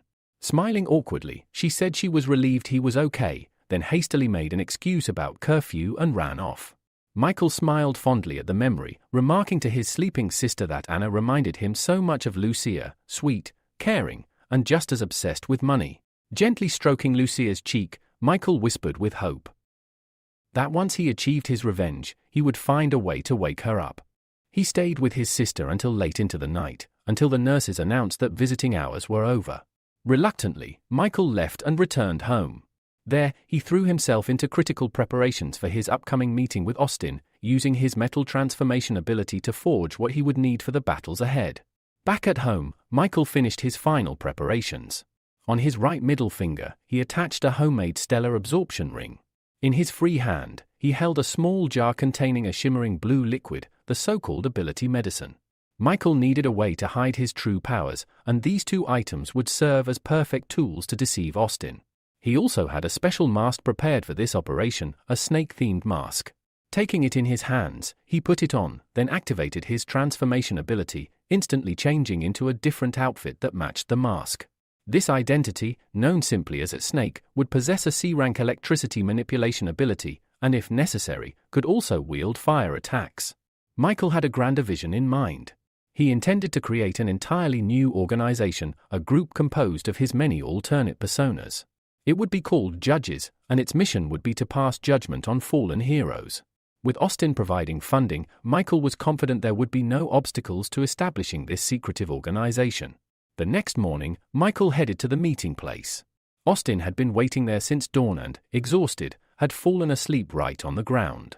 As Michael approached, he nudged Austin's side with his foot, waking him up. The boy jolted upright, blurting out threats, but as soon as he recognized the mask and cloak, his anger vanished, replaced with a sheepish, guilty look. Michael simply sighed and thanked him for coming.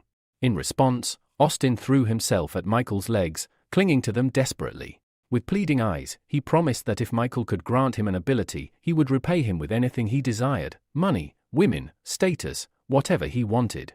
Michael frowned in disgust and shook him off, stating coldly that he had no interest in any of those things. He then told Austin that obtaining an ability was simple, all he had to do was look him in the eyes. As their gazes met, Michael immediately activated his human control ability, expecting Austin to fall under his influence. He quickly ordered Austin to reveal everything he knew about the blue pill. But to Michael's surprise, Austin remained silent. Frowning, Michael tested it again, commanding Austin to slap himself. Yet again, there was no reaction. A suspicion formed in Michael's mind: this boy must possess an ability of his own, and it was strong enough to block human control.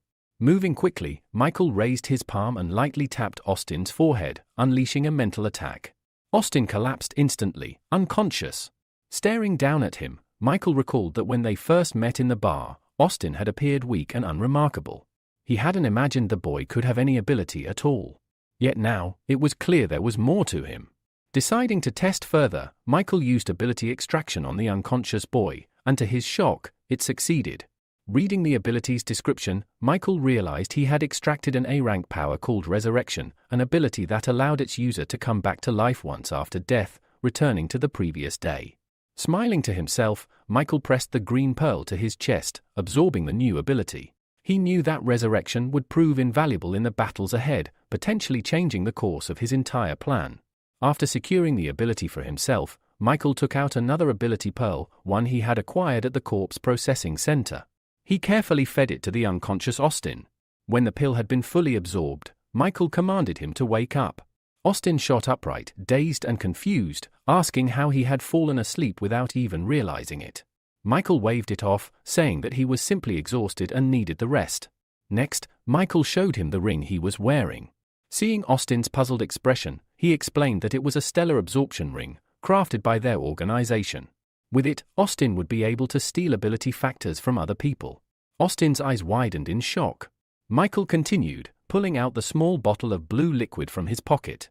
He explained that their organization had developed special methods to transform ability factors into liquid ability medicine, a way for ordinary people to awaken powers. Tossing the bottle to him, Michael told him he could test it himself. Austin hesitated. It could be poison, he thought. But logically, if they had wanted him dead, they wouldn't have waited until today. Steeling himself, Austin chose to take the risk. He drank the contents of the bottle in one long gulp. The empty bottle slipped from his fingers and shattered on the ground. Almost immediately, Austin clutched his head, writhing in agony as searing pain tore through his entire body. As Austin writhed from the burning sensation coursing through his body, he looked up at Michael in confusion and demanded to know what he had done to him. Behind the snake mask, Michael hid a satisfied smile. He calmly told Austin that soon, he would experience the true power of abilities. Austin pulled his palms away from his face, trembling. He said his whole body felt like it was on fire. Michael silently watched as the transformation unfolded, even though the truth was, the blue medicine had nothing to do with it. It was Michael who was remotely controlling the pearl of ability he had implanted into Austin. Suddenly, the changes became visible. Austin's ears grew pointed and became covered in fur. His hands morphed into animal-like paws. Before Michael now stood a towering werewolf, much larger than an average human. Furious and terrified, Austin demanded to know what was happening to him. Michael explained that he had granted him the ability to transform. He was now a werewolf. Staring at his clawed paw in disbelief, Austin hesitantly asked, his brother could transform into a dragon, who was stronger now? Michael responded bluntly. His brother's dragon transformation was an A-rank ability, while Austin's werewolf form was merely E-rank. At this, Austin exploded with anger, shouting about the massive 3-rank difference. But Michael quickly soothed him, explaining that Austin had only just joined the organization, and for now, they could only grant him F-rank medicine. Michael had, in fact, upgraded it slightly for him to E-rank. Hearing this, Austin's anger melted away into admiration. Looking at Michael with sparkling eyes, he seemed utterly devoted. Michael sighed internally. Even though Austin now looked like a fearsome werewolf, his behavior was closer to that of a clumsy, oversized husky. Seeing an opportunity, Michael continued, explaining that since they would be working together, he had made a special exception for him. Hearing this, Austin's mind raced with dreams of one day becoming stronger, stronger even than his father. Overwhelmed, Austin suddenly knelt down and hugged Michael tightly, calling him father and begging if he could receive A-rank medicine too. Startled, Michael tried to pry himself free and asked why Austin was calling him father. Tearfully, Austin replied that he would call him Godfather because he had never met anyone who treated him so kindly. Commanding Austin to release him, Michael then took a few steps back and explained firmly, regardless of what Austin called him, A-rank medicine was only given to those who completed enough missions according to the organization's rules. Once Austin nodded in understanding, Michael began explaining the structure of their secret group. Their organization was called Judges, created by a mysterious and powerful leader. Beneath the boss were 12 Zodiac-themed leaders, and Michael, under the identity of Rooster, was one of them. Eagerly, Austin asked just how powerful the boss must be if someone as strong as Michael was only a subordinate. Michael warned him not to speculate. Their boss was secretive and rarely appeared in person. Still buzzing with excitement, Austin asked how he could quickly rise through the ranks. Michael assured him that he had already prepared Austin's first mission. Pointing directly at the transformed werewolf, Michael explained, using his identity as the young master of the Olympus Company, Austin would need to investigate the mysterious blue pill. Austin, puzzled, asked what was so special about this pill. Michael explained that it supposedly could drastically enhance a person's strength, which was why he had come to this city to uncover the forces behind it. Hearing this, Austin's eyes lit up with wonder. A pill that could increase strength sounded like a miracle. However, seeing Austin's excitement, Michael sternly slapped him on the head and warned him not to get any dangerous ideas. He then told him about a real incident. A hero who had used the blue pill had ended up accidentally harming an innocent person. As he finished, Austin's werewolf form receded, and he returned to his human appearance. Rubbing his sore head, he asked who this careless hero was. Michael calmly answered, it was the A-rank hero known as the Ice Adventurer, from none other than the Olympus Company. Austin's jaw dropped in shock. He couldn't believe it. The proud, seemingly invincible Ice Adventurer was actually a drug user. Yet that shock soon turned into delight, sensing opportunity. Michael then told him that once he found valuable information, they would meet again. As a reward, Austin would be granted a D-rank ability. Pressing a hand to his heart, Austin swore he would do his best. Satisfied, Michael turned to leave. But after a few steps, he paused, realizing he had forgotten to mention a critical detail. Turning back, he warned Austin the effect of the medicine he had taken would only last for 1 week. He had to complete his mission before the week ran out. Hearing this, Austin's confident expression froze.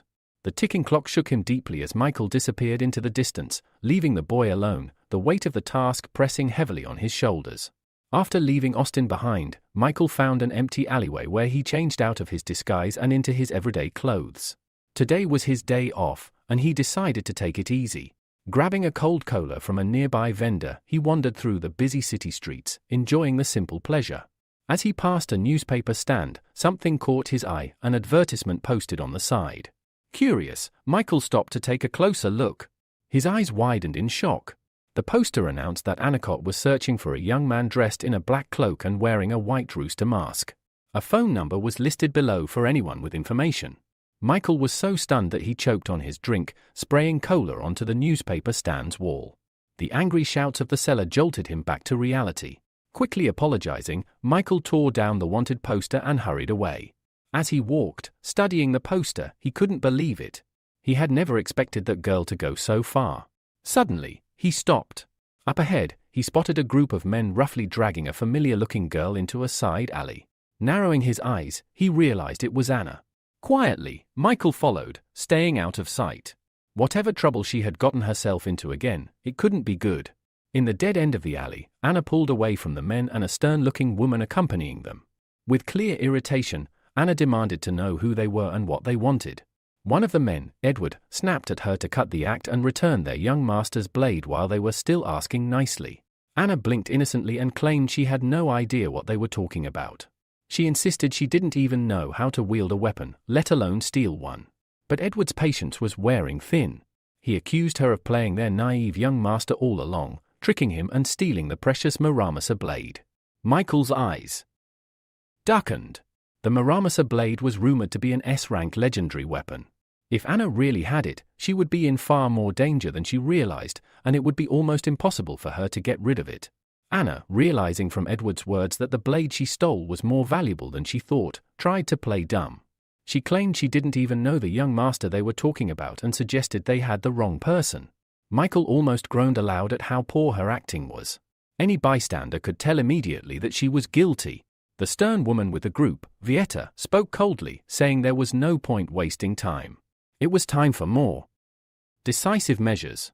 Following her cue, Edward drew his sword and advanced on Anna, while Vieta rapidly formed several hand seals, creating a clone of herself with impressive speed. Michael's expression turned serious. He realized immediately that these two were wielders of hereditary abilities above C rank, far stronger than ordinary fighters. Seeing no way to talk her way out, Anna summoned her storage bag and pulled out a B-rank fan. Brandishing it defiantly, she shouted that she wouldn't go down without a fight. With a powerful swing, she unleashed a gust of wind so strong it knocked Edward and the clone off their feet. Laughing triumphantly, Anna leaped into the air, riding the wind. Vieta narrowed her eyes. She wasn't about to let a thief escape so easily. She activated her own ability, and in an instant, her appearance transformed. The Mistress of Snow had awakened. The change was immediate and overwhelming. Dark clouds gathered overhead, and snow began falling in thick, heavy flakes. Michael, recognizing the escalation, frowned. This was getting dangerous. Just in case, he quickly changed back into his rooster costume. Anna, still floating, glanced down and realized with growing horror that the snowflakes weren't natural, they were moving with terrifying speed straight toward her. Concentrating her power, Vieta summoned a full snow typhoon. A swirling storm of sharp, icy flakes tore through the sky toward Anna. Michael felt a rare flicker of fear for the reckless girl. The power Vieta was using wasn't something an ordinary person could withstand. Below, the growing spectacle had caught the attention of passers-by. Many craned their necks to watch the dramatic aerial battle. A reporter on the scene quickly launched a live broadcast, urgently calling out for any nearby heroes to intervene. Meanwhile, Vieta's blizzard caught up to Anna. A powerful blast knocked her from the sky, and she plummeted, hitting the asphalt with a painful crash.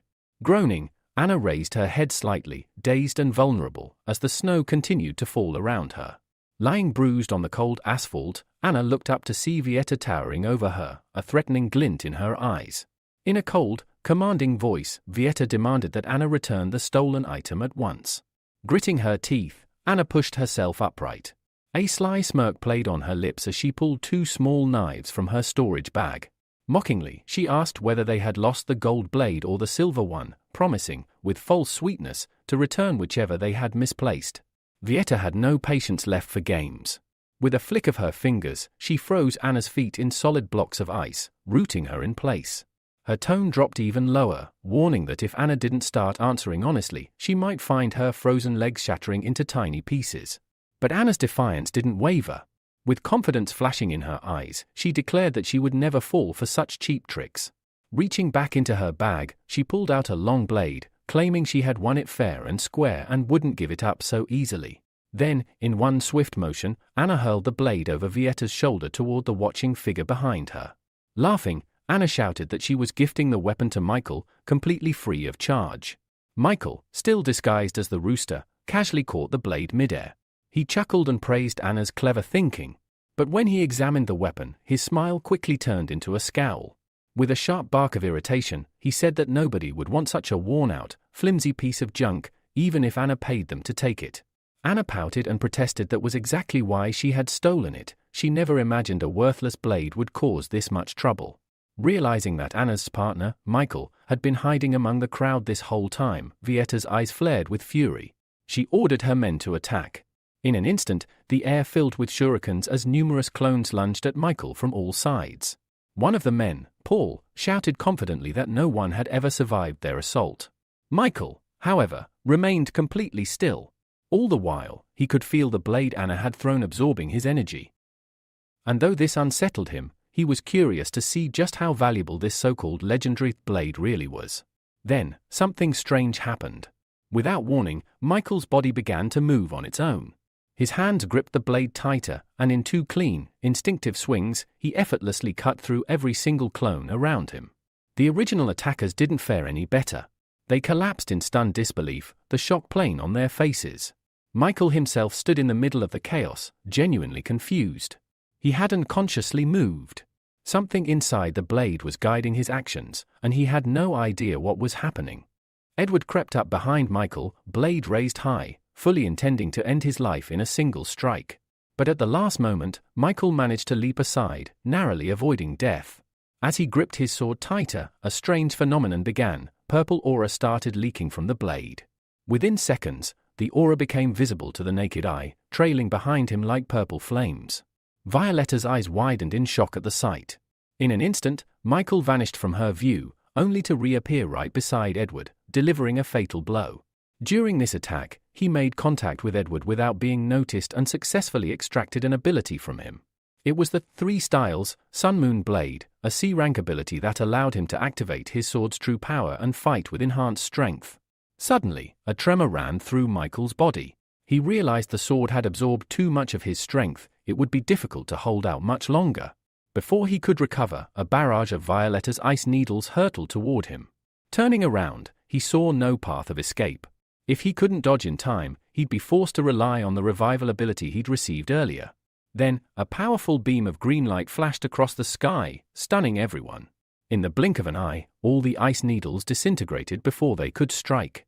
Michael recognized the beam's aura. It was the light of despair. Anna was equally stunned when she saw the figure stepping through the fading light. The lazy swordsman, Edgar, had arrived.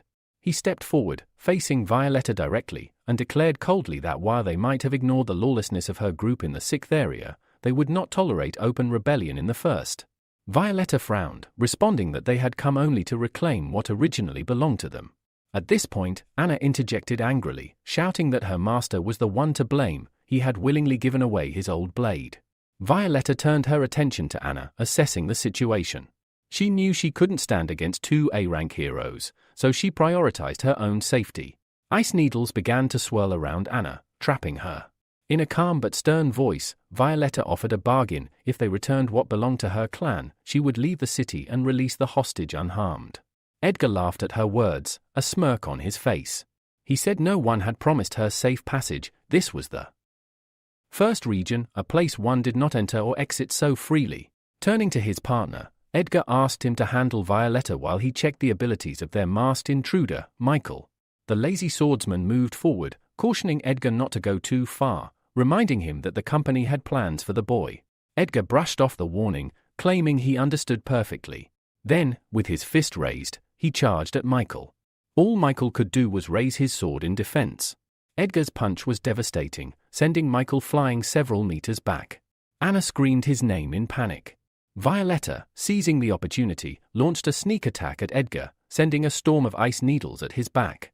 But his partner reacted instantly, summoning a blade of wind that neutralized all the needles in one sweeping strike. Violetta looked on in disbelief as a retaliatory beam surged toward her. She couldn't react in time. The blast hit her, and her body shattered into countless shards of ice. The swordsman clicked his tongue in mild irritation, muttering that he had missed. Anna, shocked, asked what he meant. Violetta had just been destroyed before their eyes. Pavel explained calmly, it had been an illusion. Violetta had escaped, but she couldn't have gone far. Looking around, Anna suddenly realized something else. Michael was gone. While everyone was distracted, he had slipped away, vanishing around the nearest corner. Now out of danger, Michael dropped the blade from his hand. It had drained all his strength, and he was left wondering how to deal with the current situation. Then, a sudden idea struck him. If this blade had come from a monster, maybe, just maybe, he could extract an ability from it. Determined, Michael placed his hand on the sword once more and activated his ability, Extraction. Moments after activating his ability, black cubes began pouring out of Michael's blade. A message appeared before him: "You have received 250 units of dark matter." Setting the sword aside, Michael stared at the cubes of dark energy, realizing that while he had failed to extract a new ability, he had instead acquired a significant amount of rare material. He examined the dark cubes thoughtfully. Based on their presence, he surmised that the blade's material must have been no lower than S rank. Holding one of the cubes in his hand, Michael pondered which of his abilities he could enhance in order to stand a chance against the dragon. After weighing several options, he chose the one that felt most strategic. Summoning a pearl containing the D-rank ability Metal Transformation, he brought it closer to the dark matter. The ability, in his estimation, offered the best potential in the current situation. In just a few seconds, the dark energy was fully absorbed into the pearl. Its color shifted from blue to emerald. A new notification flashed before him: Metal Transformation upgraded to A rank. Grants control over all metals within a 1,000 meter radius. Maximum controllable mass, 1,000 tons.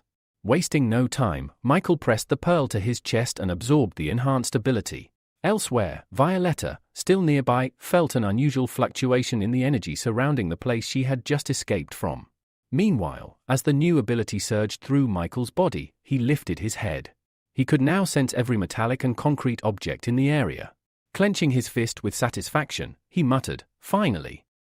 I can fight on equal terms." Suddenly, a fierce barrage of ice needles flew toward him from behind. Without turning around, Michael raised his right hand. Above him, a swirling mass of scarlet flame began to form. The fiery vortex expanded and spun rapidly, intercepting the ice needles and instantly melting them into water. The backlash of heat and force even threw Violetta backward. Despite being knocked aside, she refused to surrender. Rising to her feet, she extended her palm, preparing another attack. But Michael calmly advanced, the fiery vortex still spinning protectively at his back. No matter what she threw at him, nothing reached him. Her expression twisted into confusion. She couldn't understand why her attacks weren't landing. Seizing the moment, Michael dissolved the fiery shield and launched several firebolts in her direction. The flames twisted mid-air, transforming into burning chains that wrapped around her body and lifted her into the air. Suspended, Violetta shouted in anger, demanding to be released. But Michael ignored her protest. "I'll be gentle," he said dryly, "since you're a girl." With that, he placed his hand against her chest and activated Extraction. An emerald-colored pearl emerged from her body. Michael examined it. The ability, Ice Mistress, A rank, granted the power to summon a snow woman for combat support. Even more surprisingly, the user could choose to merge with a divine entity, temporarily fusing with a god. Michael raised an eyebrow. He had hoped for a raw elemental ability, but a summoning power like this was exceedingly rare. Deprived of her core power, Violetta lost consciousness. The fire chains evaporated, and her body began to fall, but Michael caught her by the shoulder before she hit the ground. At that moment, Pavel and Edgar arrived. A strange grin crossed Pavel's face. "Not the best place to flirt with a girl," he remarked, clearly amused. Behind him, Edgar frowned, his body tensing. He noticed something strange: the masked man's aura had changed. Michael calmly set Violetta down. "She was the Mistress of Ice," he said. "But she's been dealt with." Edgar stared at him in disbelief. "You? How could trash like you take down someone that strong?" Michael took a few steps forward, meeting their eyes. "You're welcome to find out for yourselves," he replied. Stopping just a few meters away, he asked with quiet intensity, "So, who wants to go first? Or are you coming together?" Meanwhile, the entire battle was being streamed live by Tim, a reporter broadcasting from the scene. His voice rang out with awe. "Ladies and gentlemen, we are witnessing something unbelievable. An unknown hero, wearing a rooster mask, is preparing to take on two A-rank heroes, alone." Throwing his fist into the air, Tim shouted, "This will be one of the most exciting battles yet." And Edgar heard every word. With a smirk tugging at his lips, Edgar addressed the audience, saying that no matter how much they tried to hype up the moment, he had no intention of teaming up with a lazy swordsman just to defeat Michael. Doing so would only damage the pride of A-rank heroes. Hearing that, Michael exhaled, clearly disappointed. "A one-on-two battle would have been more fun," he muttered. Edgar leaned toward his companion and whispered, "To defeat an enemy, you have to understand him first." The lazy swordsman gave a small nod. "I'm well aware." Then, Edgar pointed out something strange, the ring on Michael's finger. It didn't look ordinary, and Edgar suspected it might be the key behind his opponents mysteriously losing their abilities. They needed to be extremely cautious and watch his every move. Without hesitation, Pavel stepped forward, brandishing his blade. "Don't worry," he told Edgar. "I just want to see how this boy defeated the Snow Mistress." He raised his voice for all to hear. "If you can beat me, then the Black Dragon will face you next." Michael gave a nod and gestured for him to come forward. "Go ahead. Let's see what you've got." Pavel didn't need any more encouragement. He lunged forward, swinging his sword and unleashing a powerful stream of energy. Michael didn't move. Instead, he summoned a blazing wall of fire to block the attack. As the flames erupted, blinding his opponent's view, Michael darted behind Pavel and struck. But Pavel sensed him in time. He turned quickly, parried Michael's strike, and their blades clashed. As they did, the flames around Michael's weapon began to morph, twisting and binding around Pavel's sword. The older man's eyes widened. "No one controls my sword," he roared. With a heavy step and sheer willpower, he broke the flame's grip and swung again. The force of his attack sent the fire hurtling back toward Michael. Caught off guard, Michael was thrown backward. He crashed to the ground but quickly regained control of the flames and redirected them, forming another massive wall between himself and Pavel. Within seconds, Michael had made two critical observations. First, Pavel's sword was forged from monster materials. It wasn't metallic. Second, there was nothing else on Pavel's body he could manipulate with his metal control. At this rate, there was no way he could win unless he did something drastic. Then, an idea hit him. He quickly retrieved two pearls, one containing the Snow Woman's ability and the other human control. He hesitated, considering his options, and ultimately crushed the Snow Woman's pearl, feeding its fragments into the other one. As the shards merged into the second pearl, its glow intensified. A notification appeared: Human Control Ability, Rank A, allows illusionary manipulation of A-rank targets. Can brainwash targets below A-rank and borrow their powers for up to 10 years. Grants temporary control over a target's body for up to 2 hours. Michael studied the purple pearl in his hand. This could actually turn the tide. Meanwhile, behind the wall of fire, Pavel's voice rang out impatiently. "What are you doing over there?" "Our fight's not over." Michael opened a small window in the wall and smiled. "Don't be so impatient." Then, without warning, he activated his newly enhanced ability, Human Control, and sent his consciousness into Pavel's mind. The effect was immediate. Pavel staggered, his legs barely holding him up. Confusion spread across his face as a strange weakness crept through his body. Then came the illusion. In his mind, Pavel saw a young girl standing before him, her face strikingly similar to his own. She wore a delicate yukata and looked at him with sorrow. "Brother," she asked softly, "are you really going to raise your sword against me?" His eyes widened in disbelief. Regret flashed across his face. Slowly, she stepped forward and reached out, her hand brushing his cheek. At that moment, the illusion cracked. With a growl, Pavel broke free from the manipulation. He slashed through the mental fog and struck, cutting through a blade Michael had conjured from his palm. The illusion shattered. The swordsman smirked. "I suspected it. You're using more than one ability, aren't you?" Taking a step forward, he attacked again. Michael barely avoided the strike, jumping back. "Too bad you realized it too late," Michael replied. "Though I'll admit, I didn't expect someone who mastered the Storm's Word technique to have such a glaring weakness." But the truth was, Pavel couldn't replicate that same precise strike again. The mental attack had left its mark. He was clearly weakened. Completely drained from the mental attack, Pavel collapsed to the ground, leaning on his sword for support. Gasping, he confessed in a trembling voice, "That was my sister. I won't let anyone mock her memory." Gasps spread through the audience. Their once proud champion now looked utterly defeated. For many, hope wavered. Doubt crept in. Could even the lazy swordsman lose?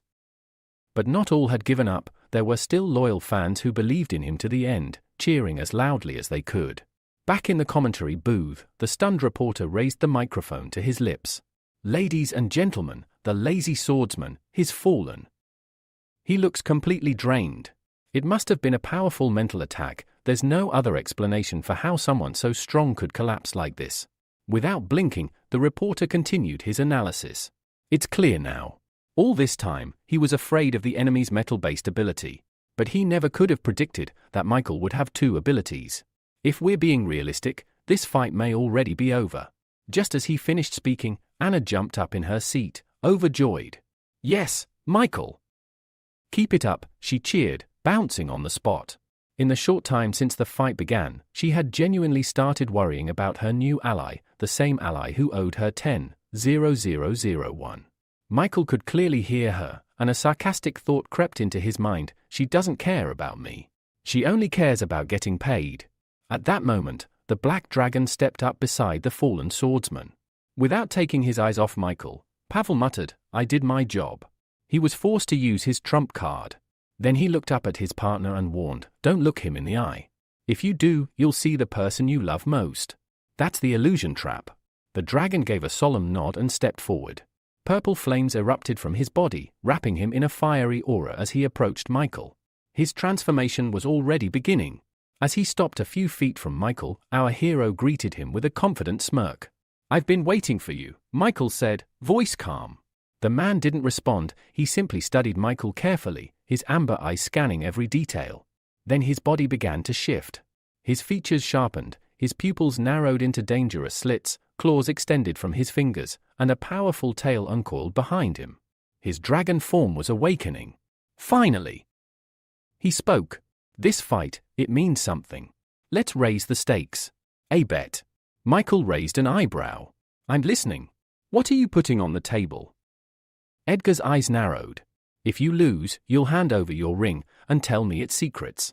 Michael extended his hand, showing the ring on his finger with a grin. "If you want it that bad, come and take it." But inside, he was pleased. Perfect, he thought. Everything I've done so far was to draw attention to this ring. I needed them to notice it. Edgar accepted the challenge without hesitation. In a flash, he was airborne, his knee already flying toward Michael's chest. The surprise attack left no time for reaction. Michael managed to throw up a metallic shield just in time. Edgar's knee slammed into it, denting it with raw force, but the dragon wasn't done. He vanished and reappeared behind Michael, landing a heavy blow to his back. Michael winced from the sudden pain, but before he could recover, Edgar struck again, this time sending Michael flying through the air. The audience was stunned. The reporter's voice cracked with disbelief. "Did you see that? The black dragon's speed, it's too much. The metal around him can't keep up." Michael crashed into the ground with a thud. Edgar stood tall, a triumphant grin spreading across his face. "Is that it? I expected more from someone with two abilities." Michael groaned, rising to his feet slowly, one hand pressed to his stomach. His mask was cracked, deeply. His breathing was heavy. "He's too fast," Michael thought grimly. "And his scales are absurdly tough. On top of that, he's got flame powers." Across from him, Edgar wasn't letting his guard down. He analyzed Michael carefully, eyes locked onto his every move. "You've got grit, I'll give you that," he said. Still standing after that kind of hit. Michael realized Edgar wasn't planning to strike right away. He'd been given a brief window, a moment to act. And he seized it. He raised his hand and activated his upgraded human control ability once more. The very next moment, horror twisted across the black dragon's face. In place of Michael stood someone else, his younger brother, eyes filled with tears, clutching his neck and desperately begging Edward to save him. The image was so vivid, so raw, that for a moment, Edward froze. Then Pavel's warning echoed in his mind, "Don't look him in the eye. He'll show you the person you cherish most." Rage surged within Edward. Clutching his head, he shouted, "How dare you take his form?" A furious roar erupted from his throat as he shattered the illusion in one devastating surge of power. In the blink of an eye, Edward transformed into his true form, a black flame earth dragon. Michael's eyes widened in surprise. His illusion had been broken almost instantly, and worse, it had only made his opponent angrier. The audience gasped, unable to believe what they were seeing. The reporter's voice cracked with excitement. "Incredible! We're witnessing something very rare, the second phase of the Black Dragon transformation. This only proves how strong the masked stranger must be to force his opponent to go this far." Consumed by rage, Edward launched himself at Michael.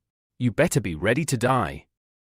Thinking fast, Michael used his metal control to create a massive, spiked shield in front of him. But Edward was not an ordinary opponent. His entire body pulsed with dark energy, and mid-air, he transformed again, becoming a whirling cyclone of black fire and power. With a mocking tone, he scoffed, "You really think some spikes are going to stop me?" Michael, while surprised by the transformation, didn't falter. "If you want to kill me so badly, you'll have to catch me first." And with that, he launched himself into the air atop his metal shield, narrowly avoiding Edward's strike. But Edward wasn't letting him escape. "You won't get away," the dragon roared, soaring after him at full speed. Michael waited patiently. He knew the dragon would come closer. When the moment was right, Michael thrust his hand forward, and the metal around them responded. In an instant, chains of solid metal wrapped around Edward's limbs and torso, locking him in place mid-air. Edward looked stunned, only for a smirk to crawl across his face. "Did you forget about this?" Suddenly, his entire body ignited in black flames. The fire grew larger, fiercer, threatening to melt everything in its path. The reporter cried out, "It's the black flame! It's melted metal before, he could break free at any moment." Anna, furious, slapped the man beside her on the back of the head. "Don't doubt my brother. He's not just strong, his tactics are brilliant. He doesn't waste moves." Several minutes passed. The black flames finally began to die out. When the smoke cleared, the metal bindings were still intact. The audience stared in disbelief. Michael smiled to himself. So the B-rank fireproof shield was worth it after all. Even the mighty black flame dragon hadn't been able to burn through it. But Michael wasn't done yet. It was time to move to the final phase of his plan. Suddenly, all around the battlefield, anything metal, cars, trash bins, lampposts, began to rise into the air. High above them all, a massive block of metal took shape. Edgar looked up, eyes wide with dread as he realized what was coming. Michael slowly lowered his hand. "Let's end this." The enormous metal boulder echoed his gesture and began its descent, falling faster and faster toward the frozen dragon. All across the arena, people leapt to their feet and ran for cover. The sheer size of the falling metal sent shockwaves of panic through the crowd. The black dragon stared death in the face, unmoving, knowing he could not escape. So this is how it ends. With a deafening crash, the metal cube slammed into the earth, sending giant clouds of dust billowing into the air. Even Anna and the reporter had to retreat to a safe distance as chaos erupted. When the dust began to settle, the reporter finally dared to raise his microphone. "And now that the dust has cleared, let's find out whether the black dragon has survived that blow, or not." Everyone stared at the colossal block of metal. The silence was thick. "There's no way anyone could have survived that," whispered a thought shared by many. Suddenly, a small flame flitted into the arena. It was the fire butterfly, trembling as it searched desperately for the black dragon. Her eyes glistened with tears. Then, another figure appeared behind her. A voice rang out. "Fly away! Now!" Startled, she immediately obeyed, fluttering off into the sky, leaving the battlefield behind. The mechanical hero narrowed his eyes and focused on the enormous metal cube. A moment later, twin blue laser beams shot out from his eyes, striking the surface of the cube with incredible precision. Deep cracks spread across the structure like spiderwebs. The crowd watching from a distance gasped, then broke into relieved smiles. If he was here, the legendary mechanical hero, then there was nothing left to fear. A few tense minutes passed. Finally, Gilbert managed to pull both the lazy swordsman and the unconscious black dragon out from beneath the rubble. Though bruised and battered, they were alive. Pavel, voice tinged with guilt, said he'd only managed to survive thanks to a protective wall of air. He expressed sincere regret that their company had been forced to lose face in such a dramatic fashion. Gilbert placed a reassuring hand on his shoulder. "It's fine," he said. "As long as we're alive, the rest doesn't matter." From behind him, Amelia peeked out and asked hesitantly, "Do you guys need help?" The lazy swordsman, still catching his breath, gave her a tired smile. "I'm fine." Then he glanced down at the unconscious dragon beside him. "But he's going to need it." Meanwhile, Michael had already returned home. On the way, he stopped by a pharmacy and picked up supplies. Now he sat alone, treating his cuts, bruises, and aching muscles. The pain was sharp and unrelenting. After about half an hour, he exhaled deeply and leaned back. Meeting the Snow Mistress and the Black Dragon, that was definitely not how I expected today to go. Shaking his head, he forced himself to focus on his main objective, the mysterious blue pill. He already had 2 solid leads. The first was the ice adventurer, whose case he'd passed along to Austin. The second was the B-rank hero known as Hot and Sour Noodles, who was set to hold a fan meeting soon. I'll have to attend that, he thought. Looking down at the dozens of painkiller bottles on the table, Michael came to a hard conclusion. This kind of danger, it's not something I can share with others anymore. If he kept living with roommates, they'd eventually get dragged into his mess. Suddenly, a familiar voice cut through the silence. Why does it smell like medicine in here? Michael flinched and barely stopped himself from yelling in surprise. Valeria stood nearby, frowning. Her eyes scanned the room and locked onto the medical supplies. He forced a nervous smile. I bumped my foot on the corner of the table. Had to rub some ointment on it. She raised an eyebrow, clearly not buying it. Michael quickly looked away, and just then, Diana and Marina entered the room. Seeing them all together, he decided it was time. Since you're all here, I wanted to let you know that I'm moving out. The word stunned the girls. Valeria blinked in disbelief. What? Resting his elbows on his knees, Michael explained, when I first moved in, I didn't have the money for anything else. But now that I've been promoted and my salary's gone up, I figured it was time. I just don't feel comfortable living with a bunch of girls.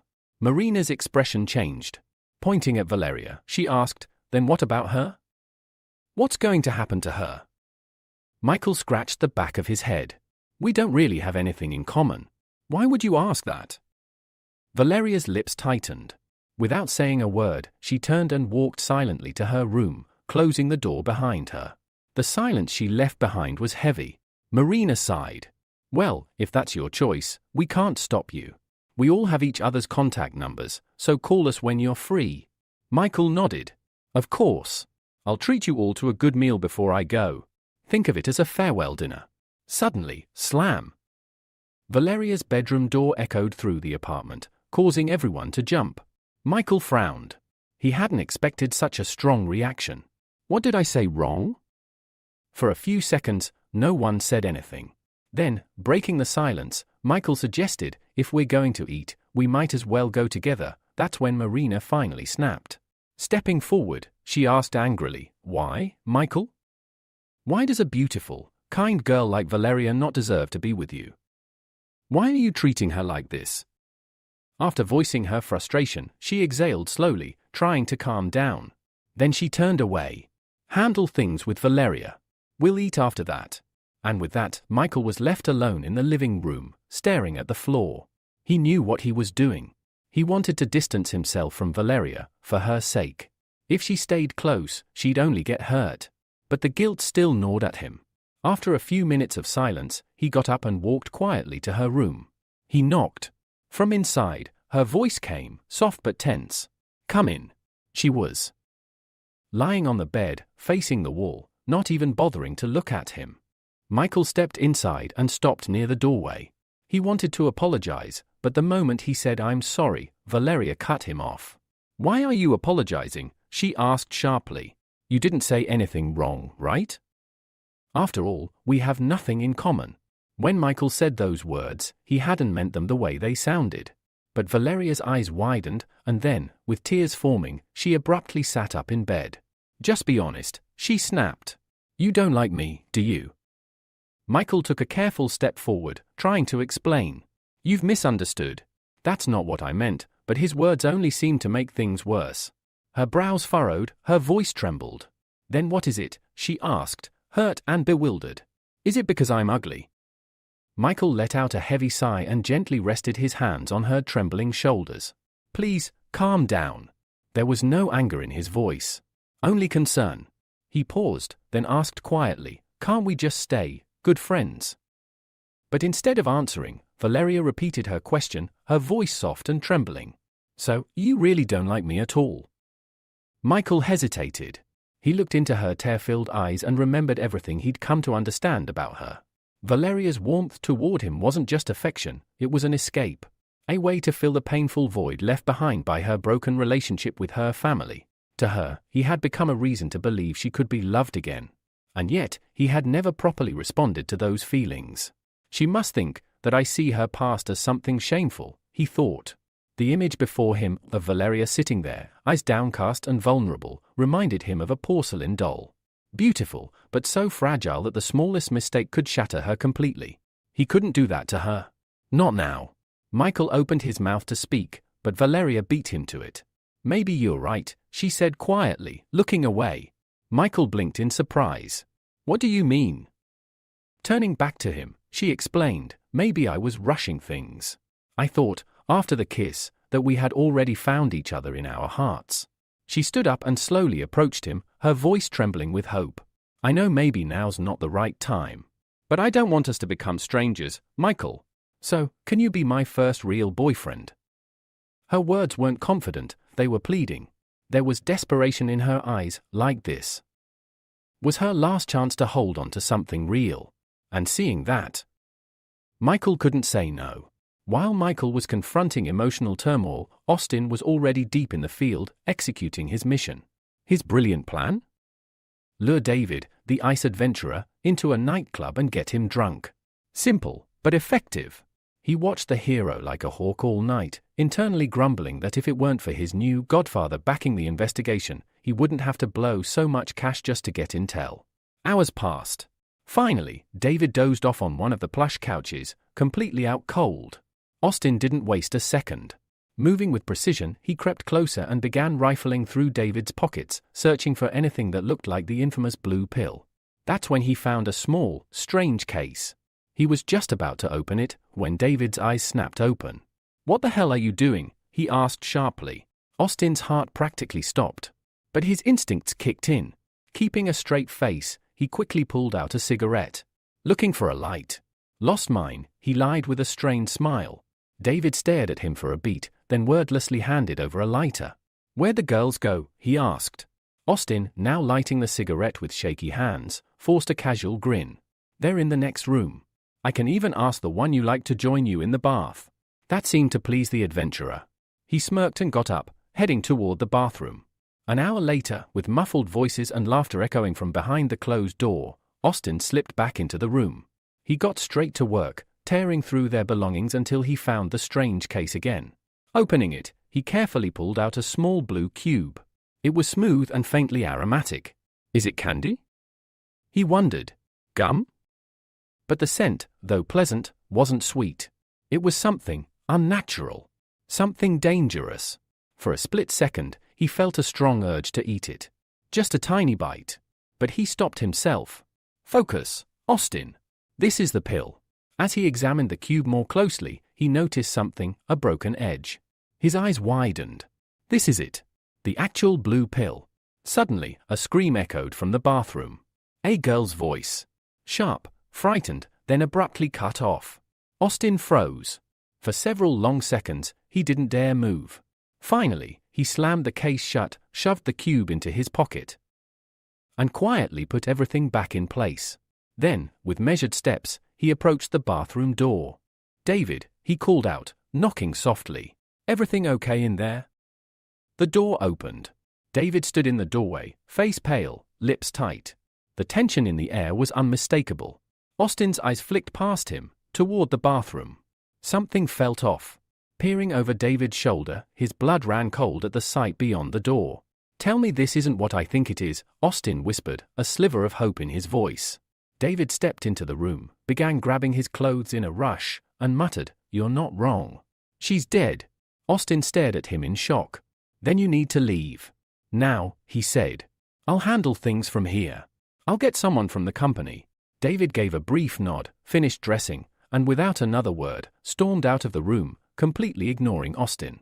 Now alone, Austin collapsed onto the sofa, exhaling sharply. Relief washed over him, not because of what had happened, but because David hadn't realized what else he'd done. If he had? Austin was certain his own corpse would be lying next to that girl's. Meanwhile, David had already made it down to the parking lot and gotten into his car. But the moment he closed the door behind him, the fury he had been holding in finally erupted.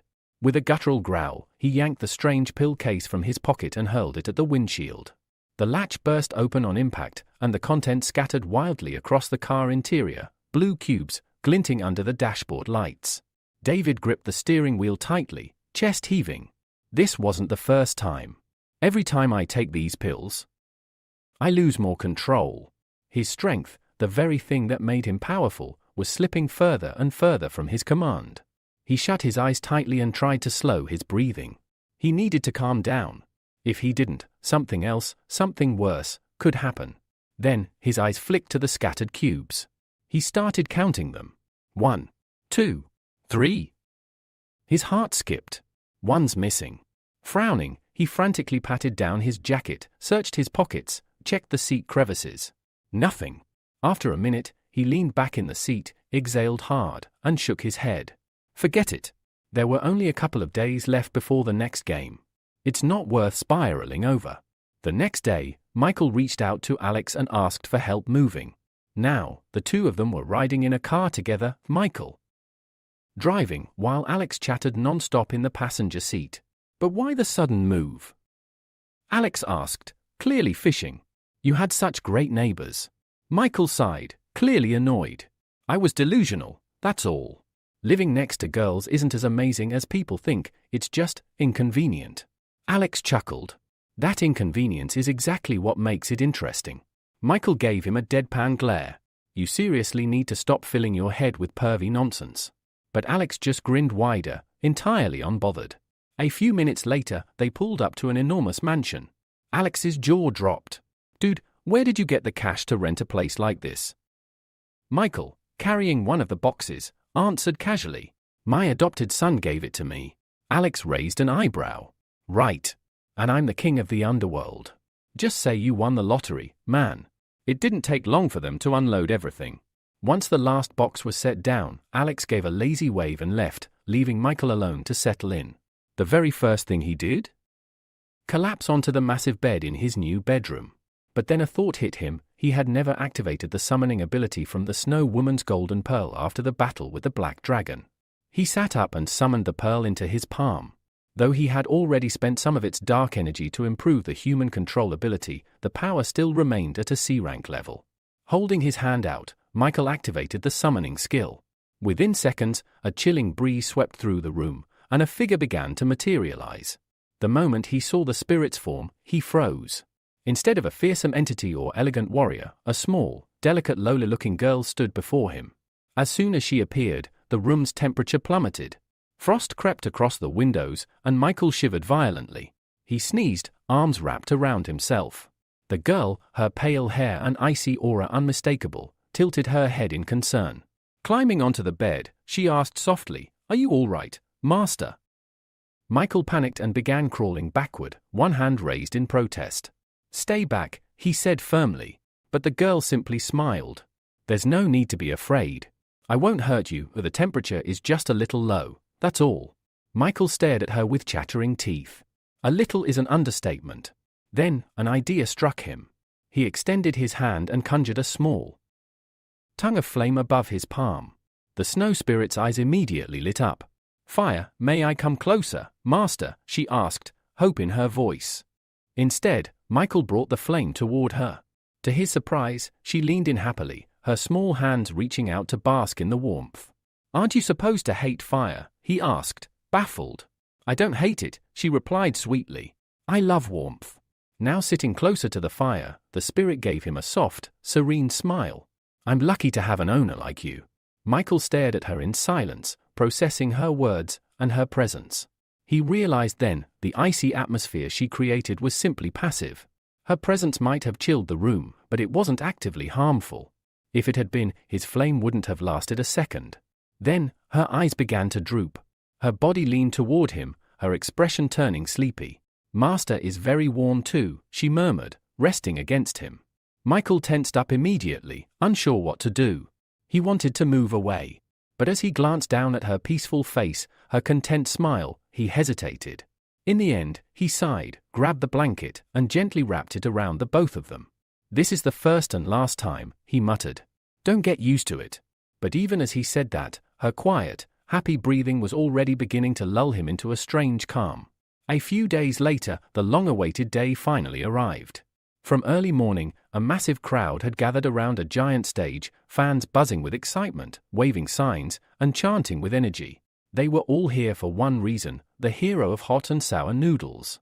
Everyone was fired up, shouting their love for him in unison. And among them, dressed head to toe like a true superfan, was none other than Michael. He had wormed his way into the front rows, fully equipped in the standard get-up of any devoted supporter. But in truth, he wasn't enjoying it at all. Being shoved around, getting elbowed, and even yanked by the hair, it was hardly a pleasant experience. Still, he endured it. After all, he needed to get close. Suddenly, a girl appeared on stage. Flashing a bright smile, she greeted the crowd. "Are you ready?" she shouted. "Because the hero of spicy and sour noodles is." The crowd roared in response. Yes, they were ready. The presenter cupped a hand to her ear. "What? I can't hear you." That only made the fans scream even louder. Then, with a blast of colorful confetti, the stage exploded into action, and he appeared. The legendary hero stepped out, cape fluttering, voice booming, "Have no fear. You are safe now. The enemies will be crushed by my iron fist." The fans went wild. Michael was barely able to stay on his feet. One overly enthusiastic fan shoved him hard, knocking him off balance. He teetered, arms flailing, about to fall onto the stage itself. His eyes widened in horror. But then he felt a strong pair of arms catch him mid-fall. Looking up, Michael found himself face to face with the very man he had come to see, Adam, the hero of hot and sour noodles. With a charming grin, the hero said, "You should be more careful, buddy." Michael's eyes sparkled. It was a mix of awe, gratitude, and disbelief. Scrambling to his feet, he bowed slightly. "Thank you.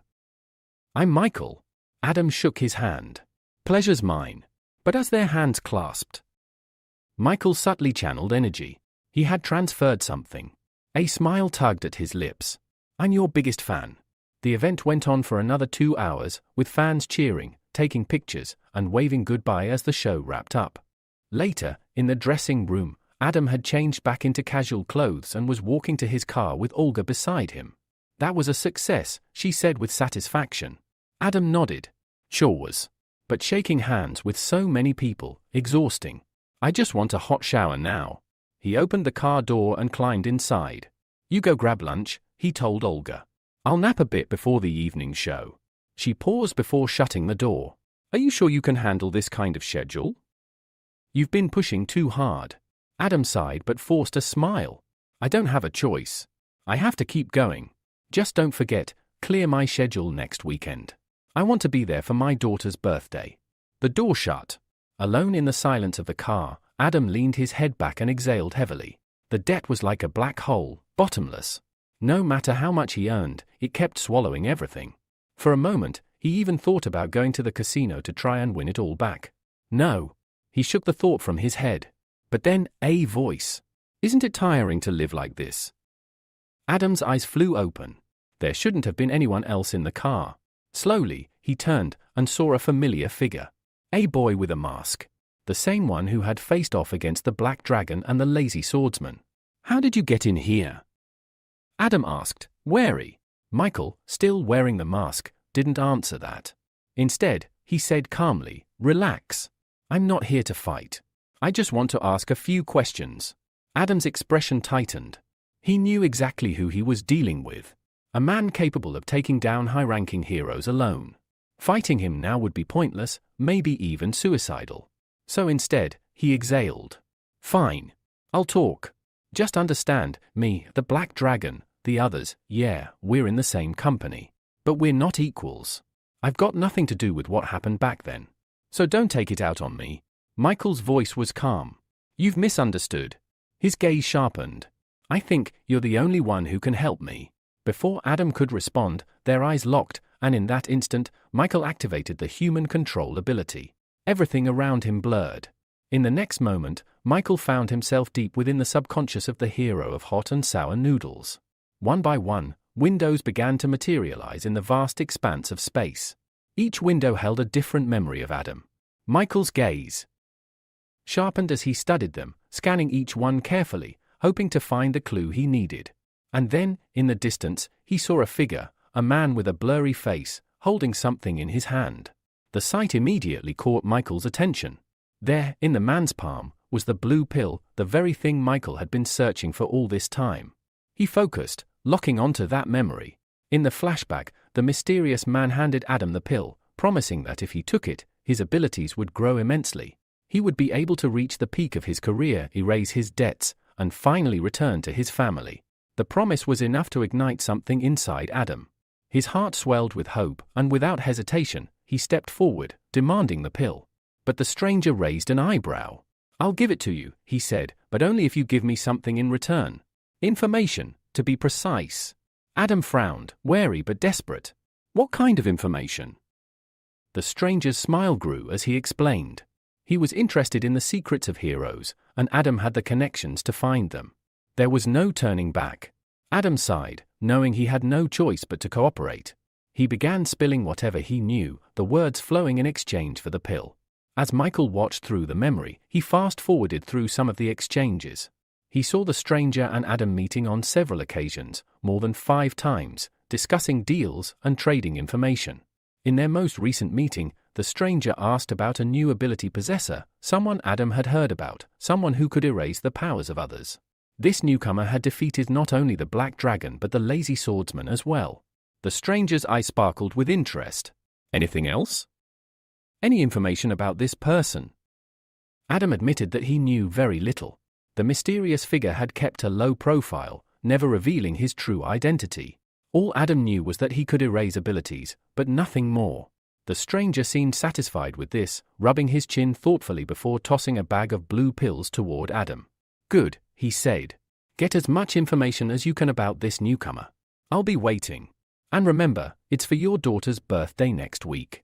Adam took the pills and nodded, though his mind was racing with questions. Michael, however, wasn't interested in lingering any longer in this memory. He could already sense the larger plan. The blue pills were meant to weaken heroes, to manipulate them, turning them into puppets controlled by this stranger. Michael left Adam subconscious with a final, lingering thought about this mysterious figure's true motives. He came back to reality, his vision clearing. But when he looked around, he found himself alone. A few hours later, as the sun dipped below the horizon, Austin stood impatiently at a pre-arranged meeting spot, swatting away mosquitoes and growing increasingly frustrated. "I've been forgotten," he muttered, annoyed. Just as he was about to give up, a voice cut through the air. "Say that again." Austin whipped around, his eyes lighting up when he saw Michael approaching. With a grin, he ran to his so-called godfather and shouted, "I've been waiting for you forever." Without wasting time, Austin pulled a small box from his pocket and opened it, revealing the blue pill inside. He held it up, his face beaming with pride. "I worked hard for this," Austin said. "Got it from the ice adventurer himself." Michael took the pill from him, inspecting it closely. It looked identical to the one he'd seen in Adam's memories. Austin went on, explaining that the reason David had killed a man was because of the effects of the pill. "It's that dangerous," Austin said, his voice cautious. "But what are the side effects like, really?" Michael didn't hesitate with his answer. In their pursuit of power and glory, heroes will do anything. Side effects won't stop them. The temptation is too strong. Austin nodded in agreement. These people don't deserve to be called heroes. Michael chuckled darkly at his words, before throwing his own question back at him. "What do you think real heroes should be like?" Austin stiffened, wariness crossing his features. The question felt like it carried the weight of something much bigger, expectations, and his heart skipped a beat. Placing a fist over his chest, Austin spoke with conviction. "A true hero is someone who understands the weight of responsibility. The greater the influence, the more they owe to the world. Heroes don't betray their faith for power. They live to save humanity, no matter the cost." Michael studied him for a moment, then gave a soft chuckle. That's one way to look at it. But deep down, Michael knew Austin's version of a hero was far from the truth. Michael couldn't help but shake his head in frustration. He had been foolish to trust a guy who was merely parroting a quote from some bizarre movie. Pushing the thoughts aside, he reached into his pocket and pulled out a flask containing a red liquid. Without hesitation, he tossed it to Austin, remarking that, despite his earlier actions, he had really made an effort to reward him. "This potion," Michael said, "will raise your ability to D rank." Austin's face twisted in displeasure. "D rank? Is that all? I deserve more for my efforts than this." Michael, ever calm, extended his hand to the boy and said, "You need to gradually raise your rank. Don't rush for instant success. but if you are dissatisfied, you can return the potion. Austin's expression tightened, but he forced a smile. It's fine, he said. Thanks for the generosity. He uncorked the flask and gulped down the contents. His face scrunched in disgust as the potion left a sickening aftertaste. Why does this taste like ketchup? Austin complained. Michael shrugged nonchalantly. Just imagine it's something better. He then approached the boy, placing a hand on his back as he prepared to try something. From his palm, he summoned 2 E-rank ability pearls, merging them. The result was the ability Werewolf Power, D-rank, a transformation that allowed the user to freely shift into a werewolf form, regardless of the moon. Austin, confused and expecting some kind of dramatic change, was disappointed to see no immediate effects. Michael chuckled lightly. You have to activate it, Austin, or else nothing happens. The boy raised an eyebrow in confusion, and before he could react, Michael clenched his fist and delivered a powerful punch to his face. Austin collapsed to the ground, the impact leaving a bruised black eye. Stop! Austin cried, tears in his eyes, but Michael didn't stop. This is necessary. You need to be stronger.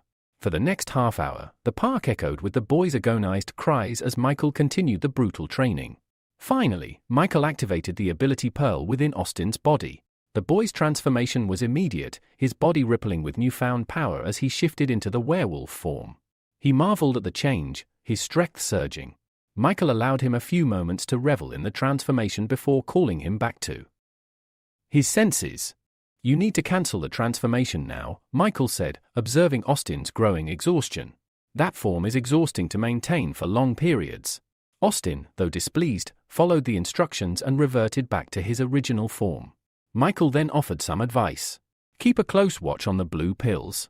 Be careful, those who use them are often emotionally unstable.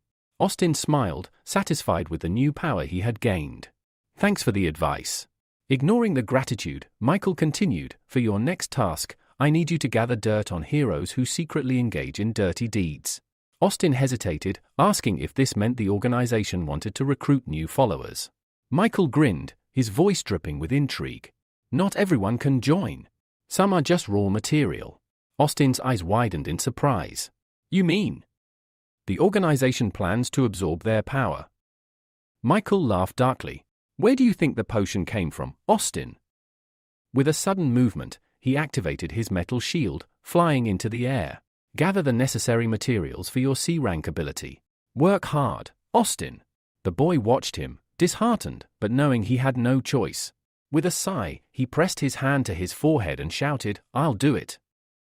I'll complete the mission, no matter what. Later, Michael flew across the sky, making his way to the rocky coast to train in isolation. He had no intention of attracting attention. Landing on an empty beach under the night sky, he removed his mask and smiled in contentment. This secluded spot was perfect for training his snowwoman abilities. He extended his hand, summoning a golden portal. Moments later, a joyful Sophia emerged, rushing to him with a bright smile. I've missed you so much, she exclaimed, eager for their reunion. But Michael halted her, his tone serious. Now's not the time for that. We need to train. Sophia, frowning, hesitated. I don't want to hurt you. Michael reassured her, you're a C-rank summon. You can't harm me. Her hesitation faded as confidence filled her, and she jumped back, landing on an icy ledge. Then I'll attack first. A satisfied smile played across Michael's face as he nodded approvingly. Exactly what I expected from you, Sophia, he observed as she concentrated deeply. In response, Sophia unleashed all of her power, and the surrounding sea was quickly covered in a thick layer of ice, extending for kilometers. Snowflakes began to fall from the sky, adding an eerie chill to the air. However, Michael's focus shifted when he noticed a small rift in the space before them. A frown creased his face as he immediately suspected something was wrong. The rift grew wider, and soon, a massive paw from a monster emerged, followed by the creature itself, an enormous frog, crawling out of the rift. A message appeared before Michael, confirming that it was a B-rank humanoid monster. His relief was fleeting, as he realized that this was only a D-rank invasion, but still, it was a dangerous situation. Just as he was processing this, another creature, a unicorn, also leaped out of the rift. Both monsters immediately locked their sights on Sophia, who had no idea what was about to happen. It wasn't until Michael shouted a warning that she turned to face them.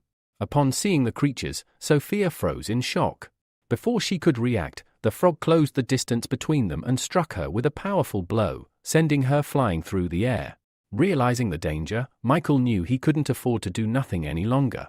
He rose into the air, but before he could act, a blinding flash of light enveloped him. As the light faded, he removed his hand from his face and looked around in confusion. The first thing he saw was a huge block of ice, now hovering above the water. Cracks began to form along the block, and as the walls shattered, Sophia emerged from the ice, fully grown.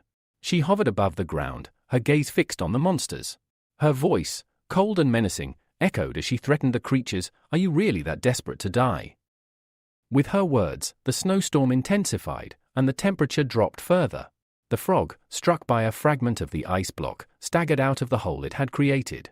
It stared at Sophia, croaking loudly as if to communicate. Sophia cursed under her breath, clearly irritated. At that moment, Michael cautiously approached, noting how much Sophia had changed. She explained, "This is my combat form." Michael blinked, clearly a little embarrassed, and turned his gaze away. Before they could speak further, Sophia wasted no time. She turned her attention back to the frog monster, unleashing a barrage of ice needles. The creature was instantly frozen into an ice statue, but Michael's question about its fate was met with a quick response. "It's not that simple." As if on cue, the frog broke free from its icy prison, and smaller fragments of ice flew in every direction. Michael, seeing an opening, activated his flame control ability. A bolt of blue fire shot toward the frog, but the creature managed to dodge. Undeterred, Michael launched several more fire attacks, each one narrowly avoided by the frog. Turning to Sophia, he urged, "Try to stop it." Sophia nodded and created more ice needles, this time pinning the frog to the ground, restricting its movements. Taking advantage of the moment, Michael used his fire ability once again, creating several fireballs that engulfed the frog. The creature let out a painful roar, but moments later, it was over. With the battle won, Michael landed gracefully on the ground. He approached the now-dead frog and knelt, activating his extraction ability. A message appeared, indicating that he had acquired the physical training ability, D rank, which allowed him to enhance his physical stamina through training. Sophia, sitting down beside him, remarked, "We lost one." Michael rose from his knees, scanning the area for any sign of the unicorn. Sophia, pointing towards the distant city, noted that there was a high probability the creature was heading there. Michael agreed, and they prepared to pursue. However, just as they were about to set off, Sophia suddenly clutched her head, shouting in frustration, "It's not fair. I've only just broken free, and now part of me wants to take control again." Michael, concerned but focused, watched as Sophia struggled with her internal conflict. What had seemed like a routine training session had quickly escalated into something much more dangerous, and the situation with the unicorn was far from over. Michael's curiosity got the best of him as he excitedly asked Sophia what was happening. But the response he received wasn't from Sophia at all, it was from a completely different entity inside her. Miranda, as she revealed herself to be, desperately tried to resist taking control of Sophia's body. She shouted, "My name is Miranda, not the Snow Maiden."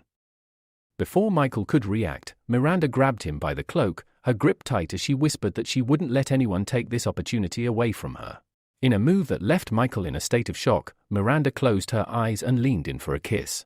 His face turned a mix of surprise and embarrassment. However, her desires didn't come to fruition as she suddenly reverted back to her smaller, more innocent form. Michael quickly reacted, catching Sophia in mid-air and gently lowering her to the ground. Sophia, now back to her usual self, looked confused and asked, "What just happened?" Michael, surprised by her question, stroked her head softly, asking if she truly didn't remember anything. She responded with confidence, saying she had no recollection of what had just occurred, only that they were about to begin training. This moment left Michael with a chilling realization: Sophia seemed to have two personalities, and they didn't share a common memory. His thoughts were interrupted when Sophia suddenly smiled brightly and joyfully exclaimed, "Finally, you stroked my head." With a childlike innocence, she stretched out her arms, asking him for a hug. Michael was stunned by her request. After a brief pause, he sighed, realizing that dealing with her dual personalities would certainly cause problems in the future. Standing up, he offered her his hand to help her up, but Sophia shook her head and said she was too tired and wanted to sleep. He agreed and told her she could return and rest.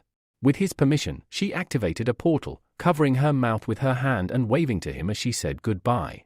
"I'll miss you," she called out before disappearing through the portal. Left alone on the deserted shore, Michael glanced towards the city. He knew he had to hurry, but at that moment, a joyful Austin was making his way back, passing by the same shore. He noticed something unusual in the distance and slowed down, trying to understand what was going on. As he peered into the distance, he soon saw a huge unicorn charging toward the shore. A wave of horror gripped Austin, and he immediately slammed on the brakes. He spotted a group of young people relaxing on the beach and quickly ran out of the car, waving his arms and shouting at them, "A dangerous monster is coming. Get out of here!" The group, initially skeptical, turned their attention to him.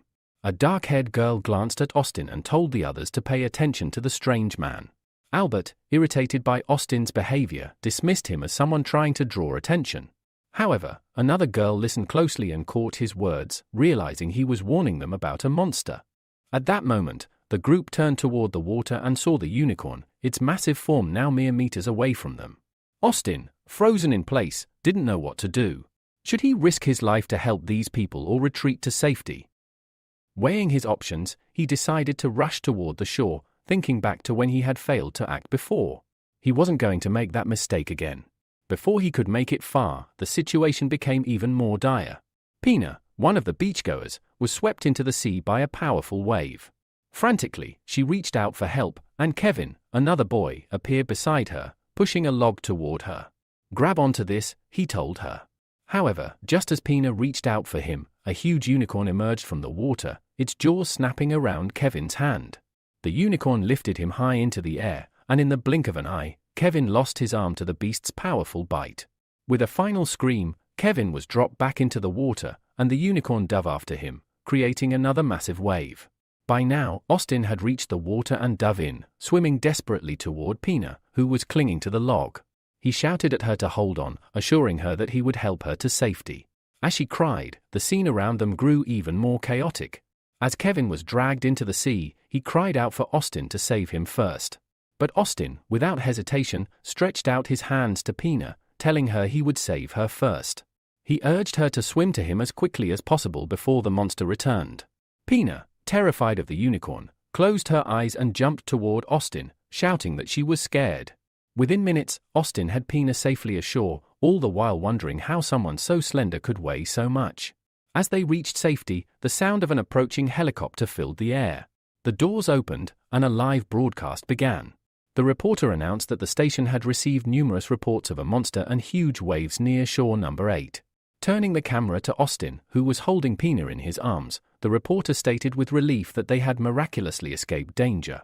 The reporter, Alexandra, recognized Austin as one of the most famous internet personalities, young Mr. Austin. Meanwhile, back in the gym, Edgar was working out and venting his frustration over his father's decisions. As he did a set of abdominal exercises, he complained about the ice adventurer and the mechanical hero, saying it was better to work out than follow such people around. His friend, Pavel, chuckled and told Edgar to stop being jealous. But suddenly, Pavel's face twisted in horror as he shouted, "You need to see the live broadcast. There's a monster on the shore, and your brother is there." Edgar immediately froze, disbelieving the news. He couldn't believe his ears. He refused to believe it at first, thinking that his little brother Austin would be too scared to face a monster. But when the image was zoomed in, Edgar's heart sank. Austin was indeed there, and the unicorn was closing in on him fast. Alexandra said with urgency that if the heroes didn't arrive soon, the monster would catch up with Austin and Pina. Edgar, panic rising, screamed at the TV, begging Austin to run. But his voice could not reach his brother. At that moment, Austin looked over his shoulder and saw the monster fast approaching, its terrifying presence looming. Pina clung to him as they raced against time, but Austin, determined to save her, made a shocking move. Much to Edgar and Pavel's surprise, Austin transformed into a werewolf. His powerful body increased his speed significantly, and he surged ahead, defying the monster's pursuit. Edgar watched in disbelief, stepping back as the realization dawned on him. His brother wasn't just a regular human, he had the power to transform into a monster. Austin's transformation gave him the upper hand. In an instant, he was at a safe distance with Pina in his arms. He set her down gently and told her with a reassuring smile that she no longer had to worry about her safety. Before Pina could fully process this, Austin turned and rushed toward the unicorn. He moved with speed and confidence, fully aware of his new powers. Meanwhile, Michael had also arrived at the shore, pulling a drowning man from the sea. He turned his attention to the battle between Austin and the unicorn. With a smile, he created metal spikes, eager to see how his godson would fare. Austin, now fully in his element, chased after the unicorn with a smirk. He grabbed the unicorn's leg and, with a flash of determination in his eyes, said, "Today's a great opportunity to test my new technique." The unicorn attempted to dive under the water to shake him off, but Austin held on tightly, refusing to let go. In a move that stunned everyone watching, Austin began to spin at high speed, dragging the unicorn along with him. He released the unicorn at the right moment, sending it flying high into the air. Austin watched with a confident grin as the unicorn soared away, and he proudly declared, "I've long stopped being the kind of person who runs away or hides until the rescuers arrive." Moments after Austin launched the unicorn into the air, the beast crashed lifelessly into the water just meters from where he stood. Believing he had claimed victory, Austin threw his hands up triumphantly and shouted that he was now just one step away from surpassing his father and older brother to become an S-rank hero. Michael, who had been quietly watching from the sidelines with his metal spikes ready, smiled and acknowledged that Austin had done well. He noted that the young hero had truly changed public opinion for the better. Meanwhile, Pina's terrified friends ran up to her, frantically asking about Kevin. Still shaken, Pina explained that Kevin had been dragged into the sea by the monster while trying to save her. Albert and Vicky looked at her in disbelief. But Pina pointed at Austin, saying this brave hero had promised to help her save Kevin. Suddenly, the calm was shattered. The water below began to swirl unnaturally. Austin froze in confusion. Hadn't the monster already been defeated? Without warning, the water surged up and wrapped around his legs, lifting him high into the air in a vortex. From behind came the chilling neigh of the unicorn. The monster, still alive, drove its sharp horn into Austin's back. A scream of pain escaped from Austin's throat as the unicorn struck and hurled him downward with its hoof. Despite the injury, Austin managed to land on the shore, barely conscious. In the helicopter above, Alexandra watched in horror but continued to narrate the events live for the public. Far away, Edgar, Austin's older brother, couldn't bear to watch his brother be killed. He immediately donned his combat gear and stormed out of the Olympus office building. As he left, Pavel reminded him to leave the rest in his hands. Edgar took flight toward the battlefield. Back at the scene, Austin struggled to his feet, trembling with pain. The unicorn, refusing to relent, charged at him with renewed ferocity. As it transformed into another giant water vortex, Austin stood stunned, unable to counter the sudden burst of power. Alexandra reported that the monster had entered a berserk state, escalating the danger dramatically. The whirlwind engulfed Austin, submerging him once again and stealing his breath. Gasping, he caught sight of a familiar figure, his godfather, standing calmly on a distant rock. Desperate, Austin shouted for help. But the water held him tight, dragging him under. On the shore, the gathered crowd watched in helpless horror. Pina's eyes filled with tears. She clasped her hands tightly, praying for someone, anyone, to save him. And then, like a flash, someone dashed past them, fast as lightning. It was Michael. Alexandra, shocked, identified him as the mysterious masked figure seen recently on TV during the battle against the Black Dragon and the Lazy Swordsman. Michael reached the vortex and thanked Austin for distracting the unicorn long enough. Raising his hand, he activated his metal manipulation ability. A metal pole twisted from the sand, sending nearby onlookers scrambling. From this, Michael formed a fresh batch of deadly metal arrows. The unicorn didn't see him coming. Locking eyes with the beast, Austin declared that this would be its end. With a flick of Michael's hand, the arrows shot forward like missiles. 3 of them struck true, piercing the unicorn in the neck and stomach. Instantly, the raging vortex dissipated. Austin dropped to the sea below, unconscious. But before he could hit the water, Michael caught him, laying him safely on a floating metal platform. As soon as he touched the shield, Austin's body reverted to human form. Hovering over the fallen monster, Michael activated his extraction ability. He retrieved a glowing core, an A-rank power called Surfing Master, which granted waterwalking and hydrokinesis. Though the reward was his, he quietly said he would let Austin take the credit for today's victory. On the ground, Pina looked up and gasped as Michael descended with Austin. He gently handed the wounded hero to her. She quickly tended to his injuries, and to Kevin, who had been rescued in the chaos. Some time later, Austin stirred awake. He sat up slowly, only to be immediately embraced by Pina. She threw her arms around his neck and thanked him through tears. Embarrassed, Austin asked her to be gentle. Her embrace was pressing hard against his wound. Soon, a crowd surrounded them. Everyone had watched the battle unfold, and questions rained down. When had Austin awakened his power? How long had he been hiding it? Michael, satisfied that things were under control, quietly left the scene. But just as things began to settle, a man none of them recognized forced his way through the crowd. Austin turned and immediately knew who it was. The man, stern and stone-faced, told Austin that he had broken the law by using his powers. In a public place without official permission, he ordered Austin to come with him to the Hero Association. Murmurs and whispers spread through the crowd as disapproving glances turned toward the official. But the man, I nicknamed Grumpy, was unfazed. Austin tried to defend himself, saying he was only trying to save people, but Grumpy cut him off. "Doesn't matter. You still broke protocol," he said flatly. Just then, a commanding voice echoed through the crowd. "That decision doesn't belong to the association anymore," it said. Everyone turned and gasped. Standing there was none other than the Black Dragon, Edward. Admiring murmurs filled the air. The atmosphere shifted completely. Even Grumpy flinched at the sight of Edward, the mighty S-rank hero and Austin's older brother. He'd come not just to protect his sibling, but to face down anyone who dared threaten him. Austin's eyes widened with surprise as he saw his brother Edgar approaching. He stepped forward, asking what Edgar was doing there. But Edgar ignored the question. Instead, he examined Austin closely. After a moment of silence, he remarked that Austin's regenerative powers were impressive, his wounds were nearly healed. Then, with a stern look, Edgar warned him not to get involved in such reckless situations again. He explained that incidents like this brought unnecessary problems to their company. Austin, clearly irritated, replied that he'd try, but made no promises. Grumpy, the Hero Association officer who had insisted on arresting Austin, realized he was no longer relevant in this scene. He turned around, muttering that he hoped the Olympus company would provide a proper explanation of today's events. Without another word, he walked away. But Edgar barely noticed, his mind was elsewhere.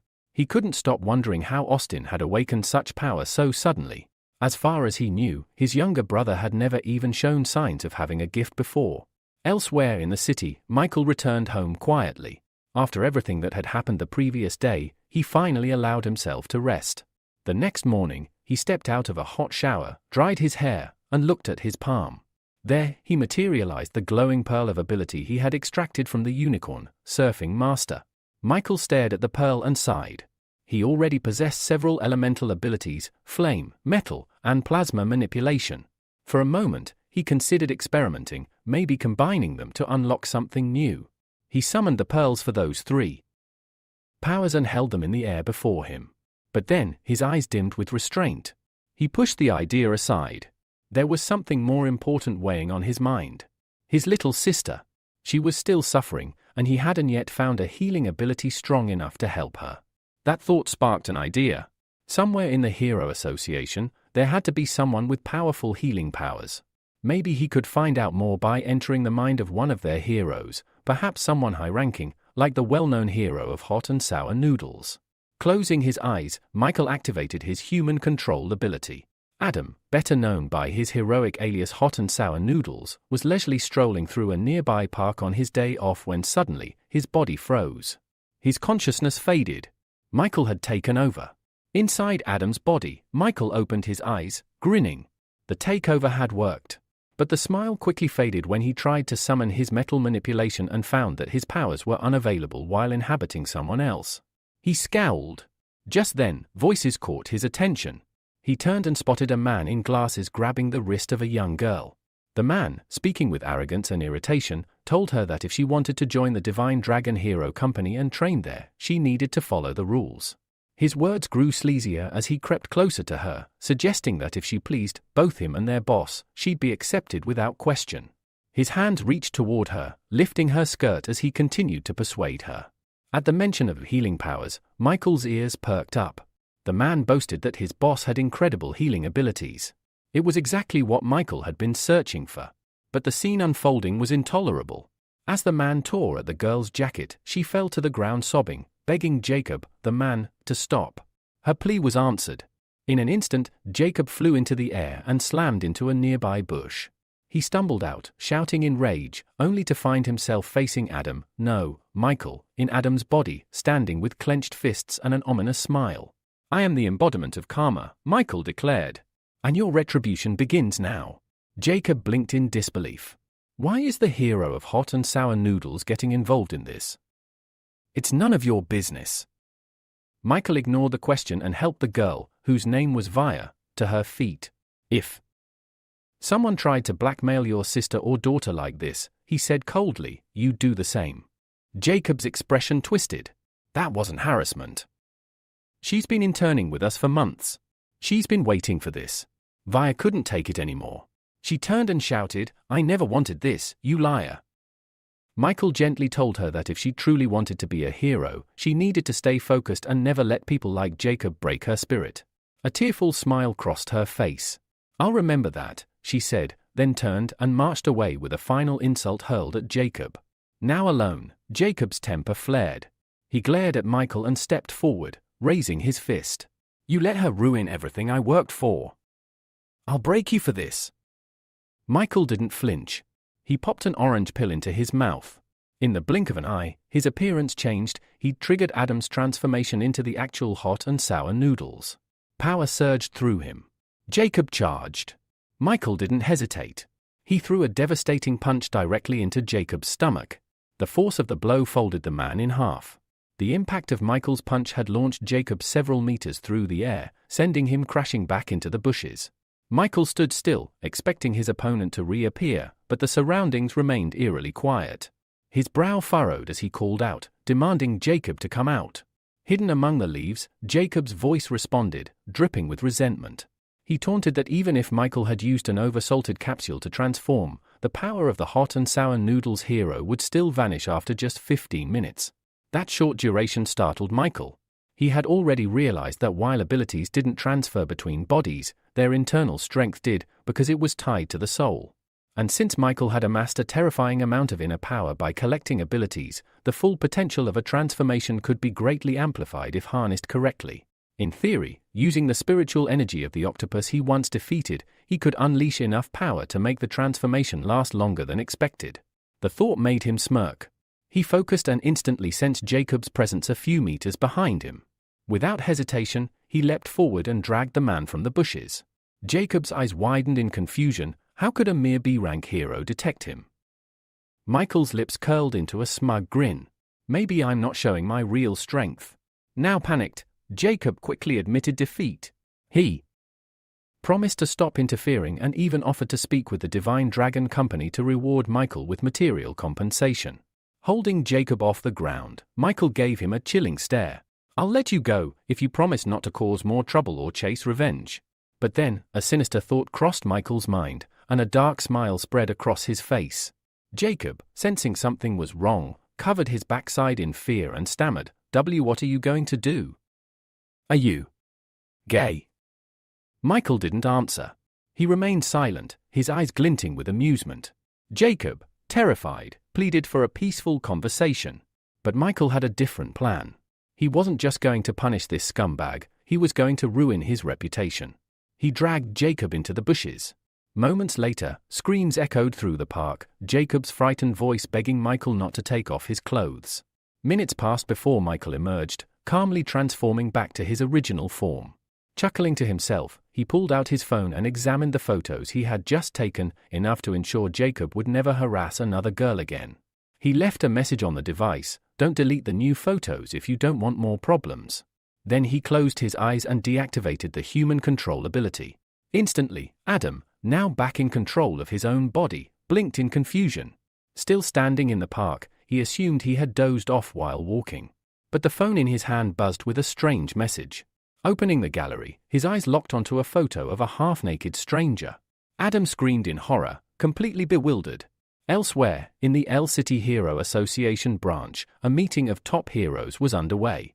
William, the head of the L City branch, scanned the room. Tension crackled in the air. The co-head beside him looked just as tense as they addressed the gathered heroes. William began, "Planning the first defense phase will require the help of the Olympus Company. The scale of the depressions is enormous, everyone needs to be on alert. Yang elaborated, once the plan was in place, the heroes would simulate driving monsters back to their world, with Olympus members leading the charge. The rest of the heroes cheered in agreement. But the mechanical hero remained silent. He was thinking about the hidden motive behind this operation. The association planned to allow one A-rank hero from each company into the core deviation zone to monitor and suppress the depression phenomenon. But there was another reason. Rumors that the monster world could enhance weapons and equipment. That opportunity was the real bait. The ice adventurer also understood what was at stake. The possibility of upgrading his own ability thrilled him. As night fell, Michael was back at work. He summoned a clone using the Pearl of Ability and began experimenting. First, he broke down a low-tier metal manipulation pearl. Then, he enhanced the plasma pearl to A-rank and used a B-rank support ability to bind them. The result was a brand new B-rank ability, Shadow Substitution. This allowed the clone to shift positions during combat and forge shadow weapons on the spot. Once the process was done, he embedded the two ability pearls into the clone's body. He imprinted one final message in the clone's mind: "You're powerful. Stay cool. Stay sharp." With the transformation complete, a sleek snake mask appeared on the clone's face. Michael patted his shoulder and grinned. "It's your turn now," he said. "Go out there and start collecting abilities." The next morning, Michael arrived in the 2nd district of Shish. After landing at the airport, he decided to stroll through the unfamiliar city, observing its chaos firsthand. Just then, a yellow taxi screeched to a halt beside him. The window rolled down to reveal a smiling blonde driver who asked where Michael was headed. Without thinking much, Michael climbed in and gave his destination. Almost immediately, his phone buzzed. It was a message from Austin. He had found and emailed the details Michael requested on the Saints organization members. While Michael was distracted by his phone, the driver began chatting, casually mentioning that Shish was famous for its gambling industry. He suggested visiting a casino and even hinted at another local attraction, slyly pulling out a photo of a bikini-clad woman. He called it Paris Dreams, a place filled with beautiful women. Michael gave a faint smile. This city certainly lived up to its name, the City of Chaos.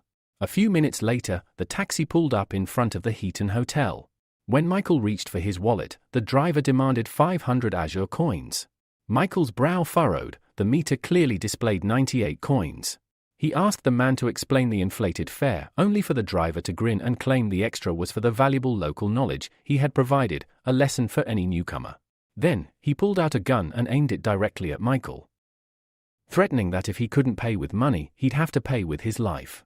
Unfazed, Michael stared back coldly and said, "You chose the wrong victim."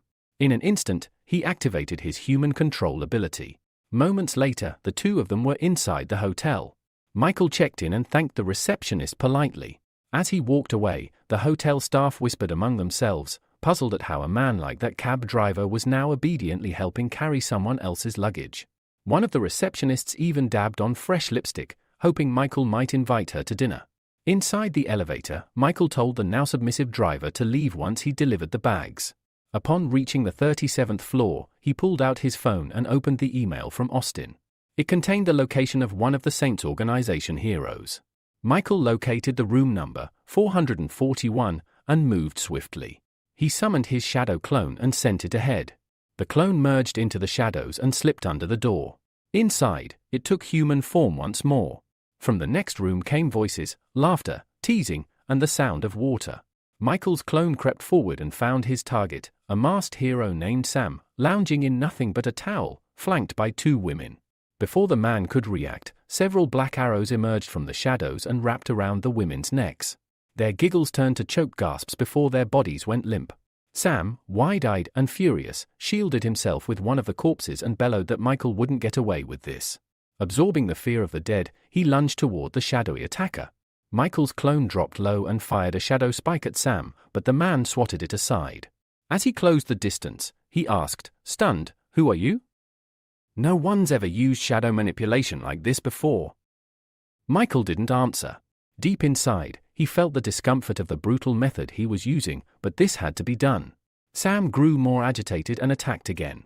His punch tore through Michael's head, only for the image to dissolve into shadow. It had been a decoy. Suddenly, shadows ensnared his wrists, binding him. Desperately, Sam pleaded for release, claiming the priest would kill him if he returned empty-handed. The clone said nothing and ripped off his mask, calling it trash. Then he placed his palm over Sam's head and extracted his ability.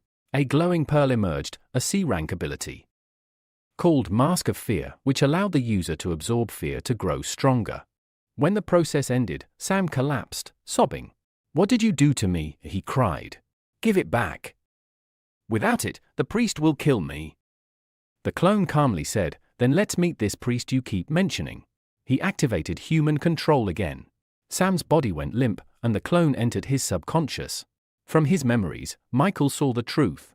Sam had fought in the war of abilities and was left fatally wounded until a mysterious priest appeared and offered to heal him. Sam agreed to serve him in return. His body had been healed in seconds, and ever since, he'd sworn loyalty to the priest. Using the memory, Michael guided himself to a set of garages near the coast. There, he searched until he found the one Sam used. Closing his eyes, he dived once more into Sam's mind. A vivid scene unfolded. Inside a grand hall, the priest sat on a throne with two women by his side. Before him knelt disciples, his most trusted lieutenants. A dark-haired woman reported that a young swordswoman had infiltrated their secret production base. Sam, groveling at her feet, swore he'd find and kill her at once. But nearby, another of the priest's commanders, bloodthirsty Rose of the Deep Sea Army, doubted his ability to take down an A-rank hero. The great land mage, stroking his beard, muttered that even if the girl were an A-rank, the saints had no reason to fear any hero, no matter how powerful they were.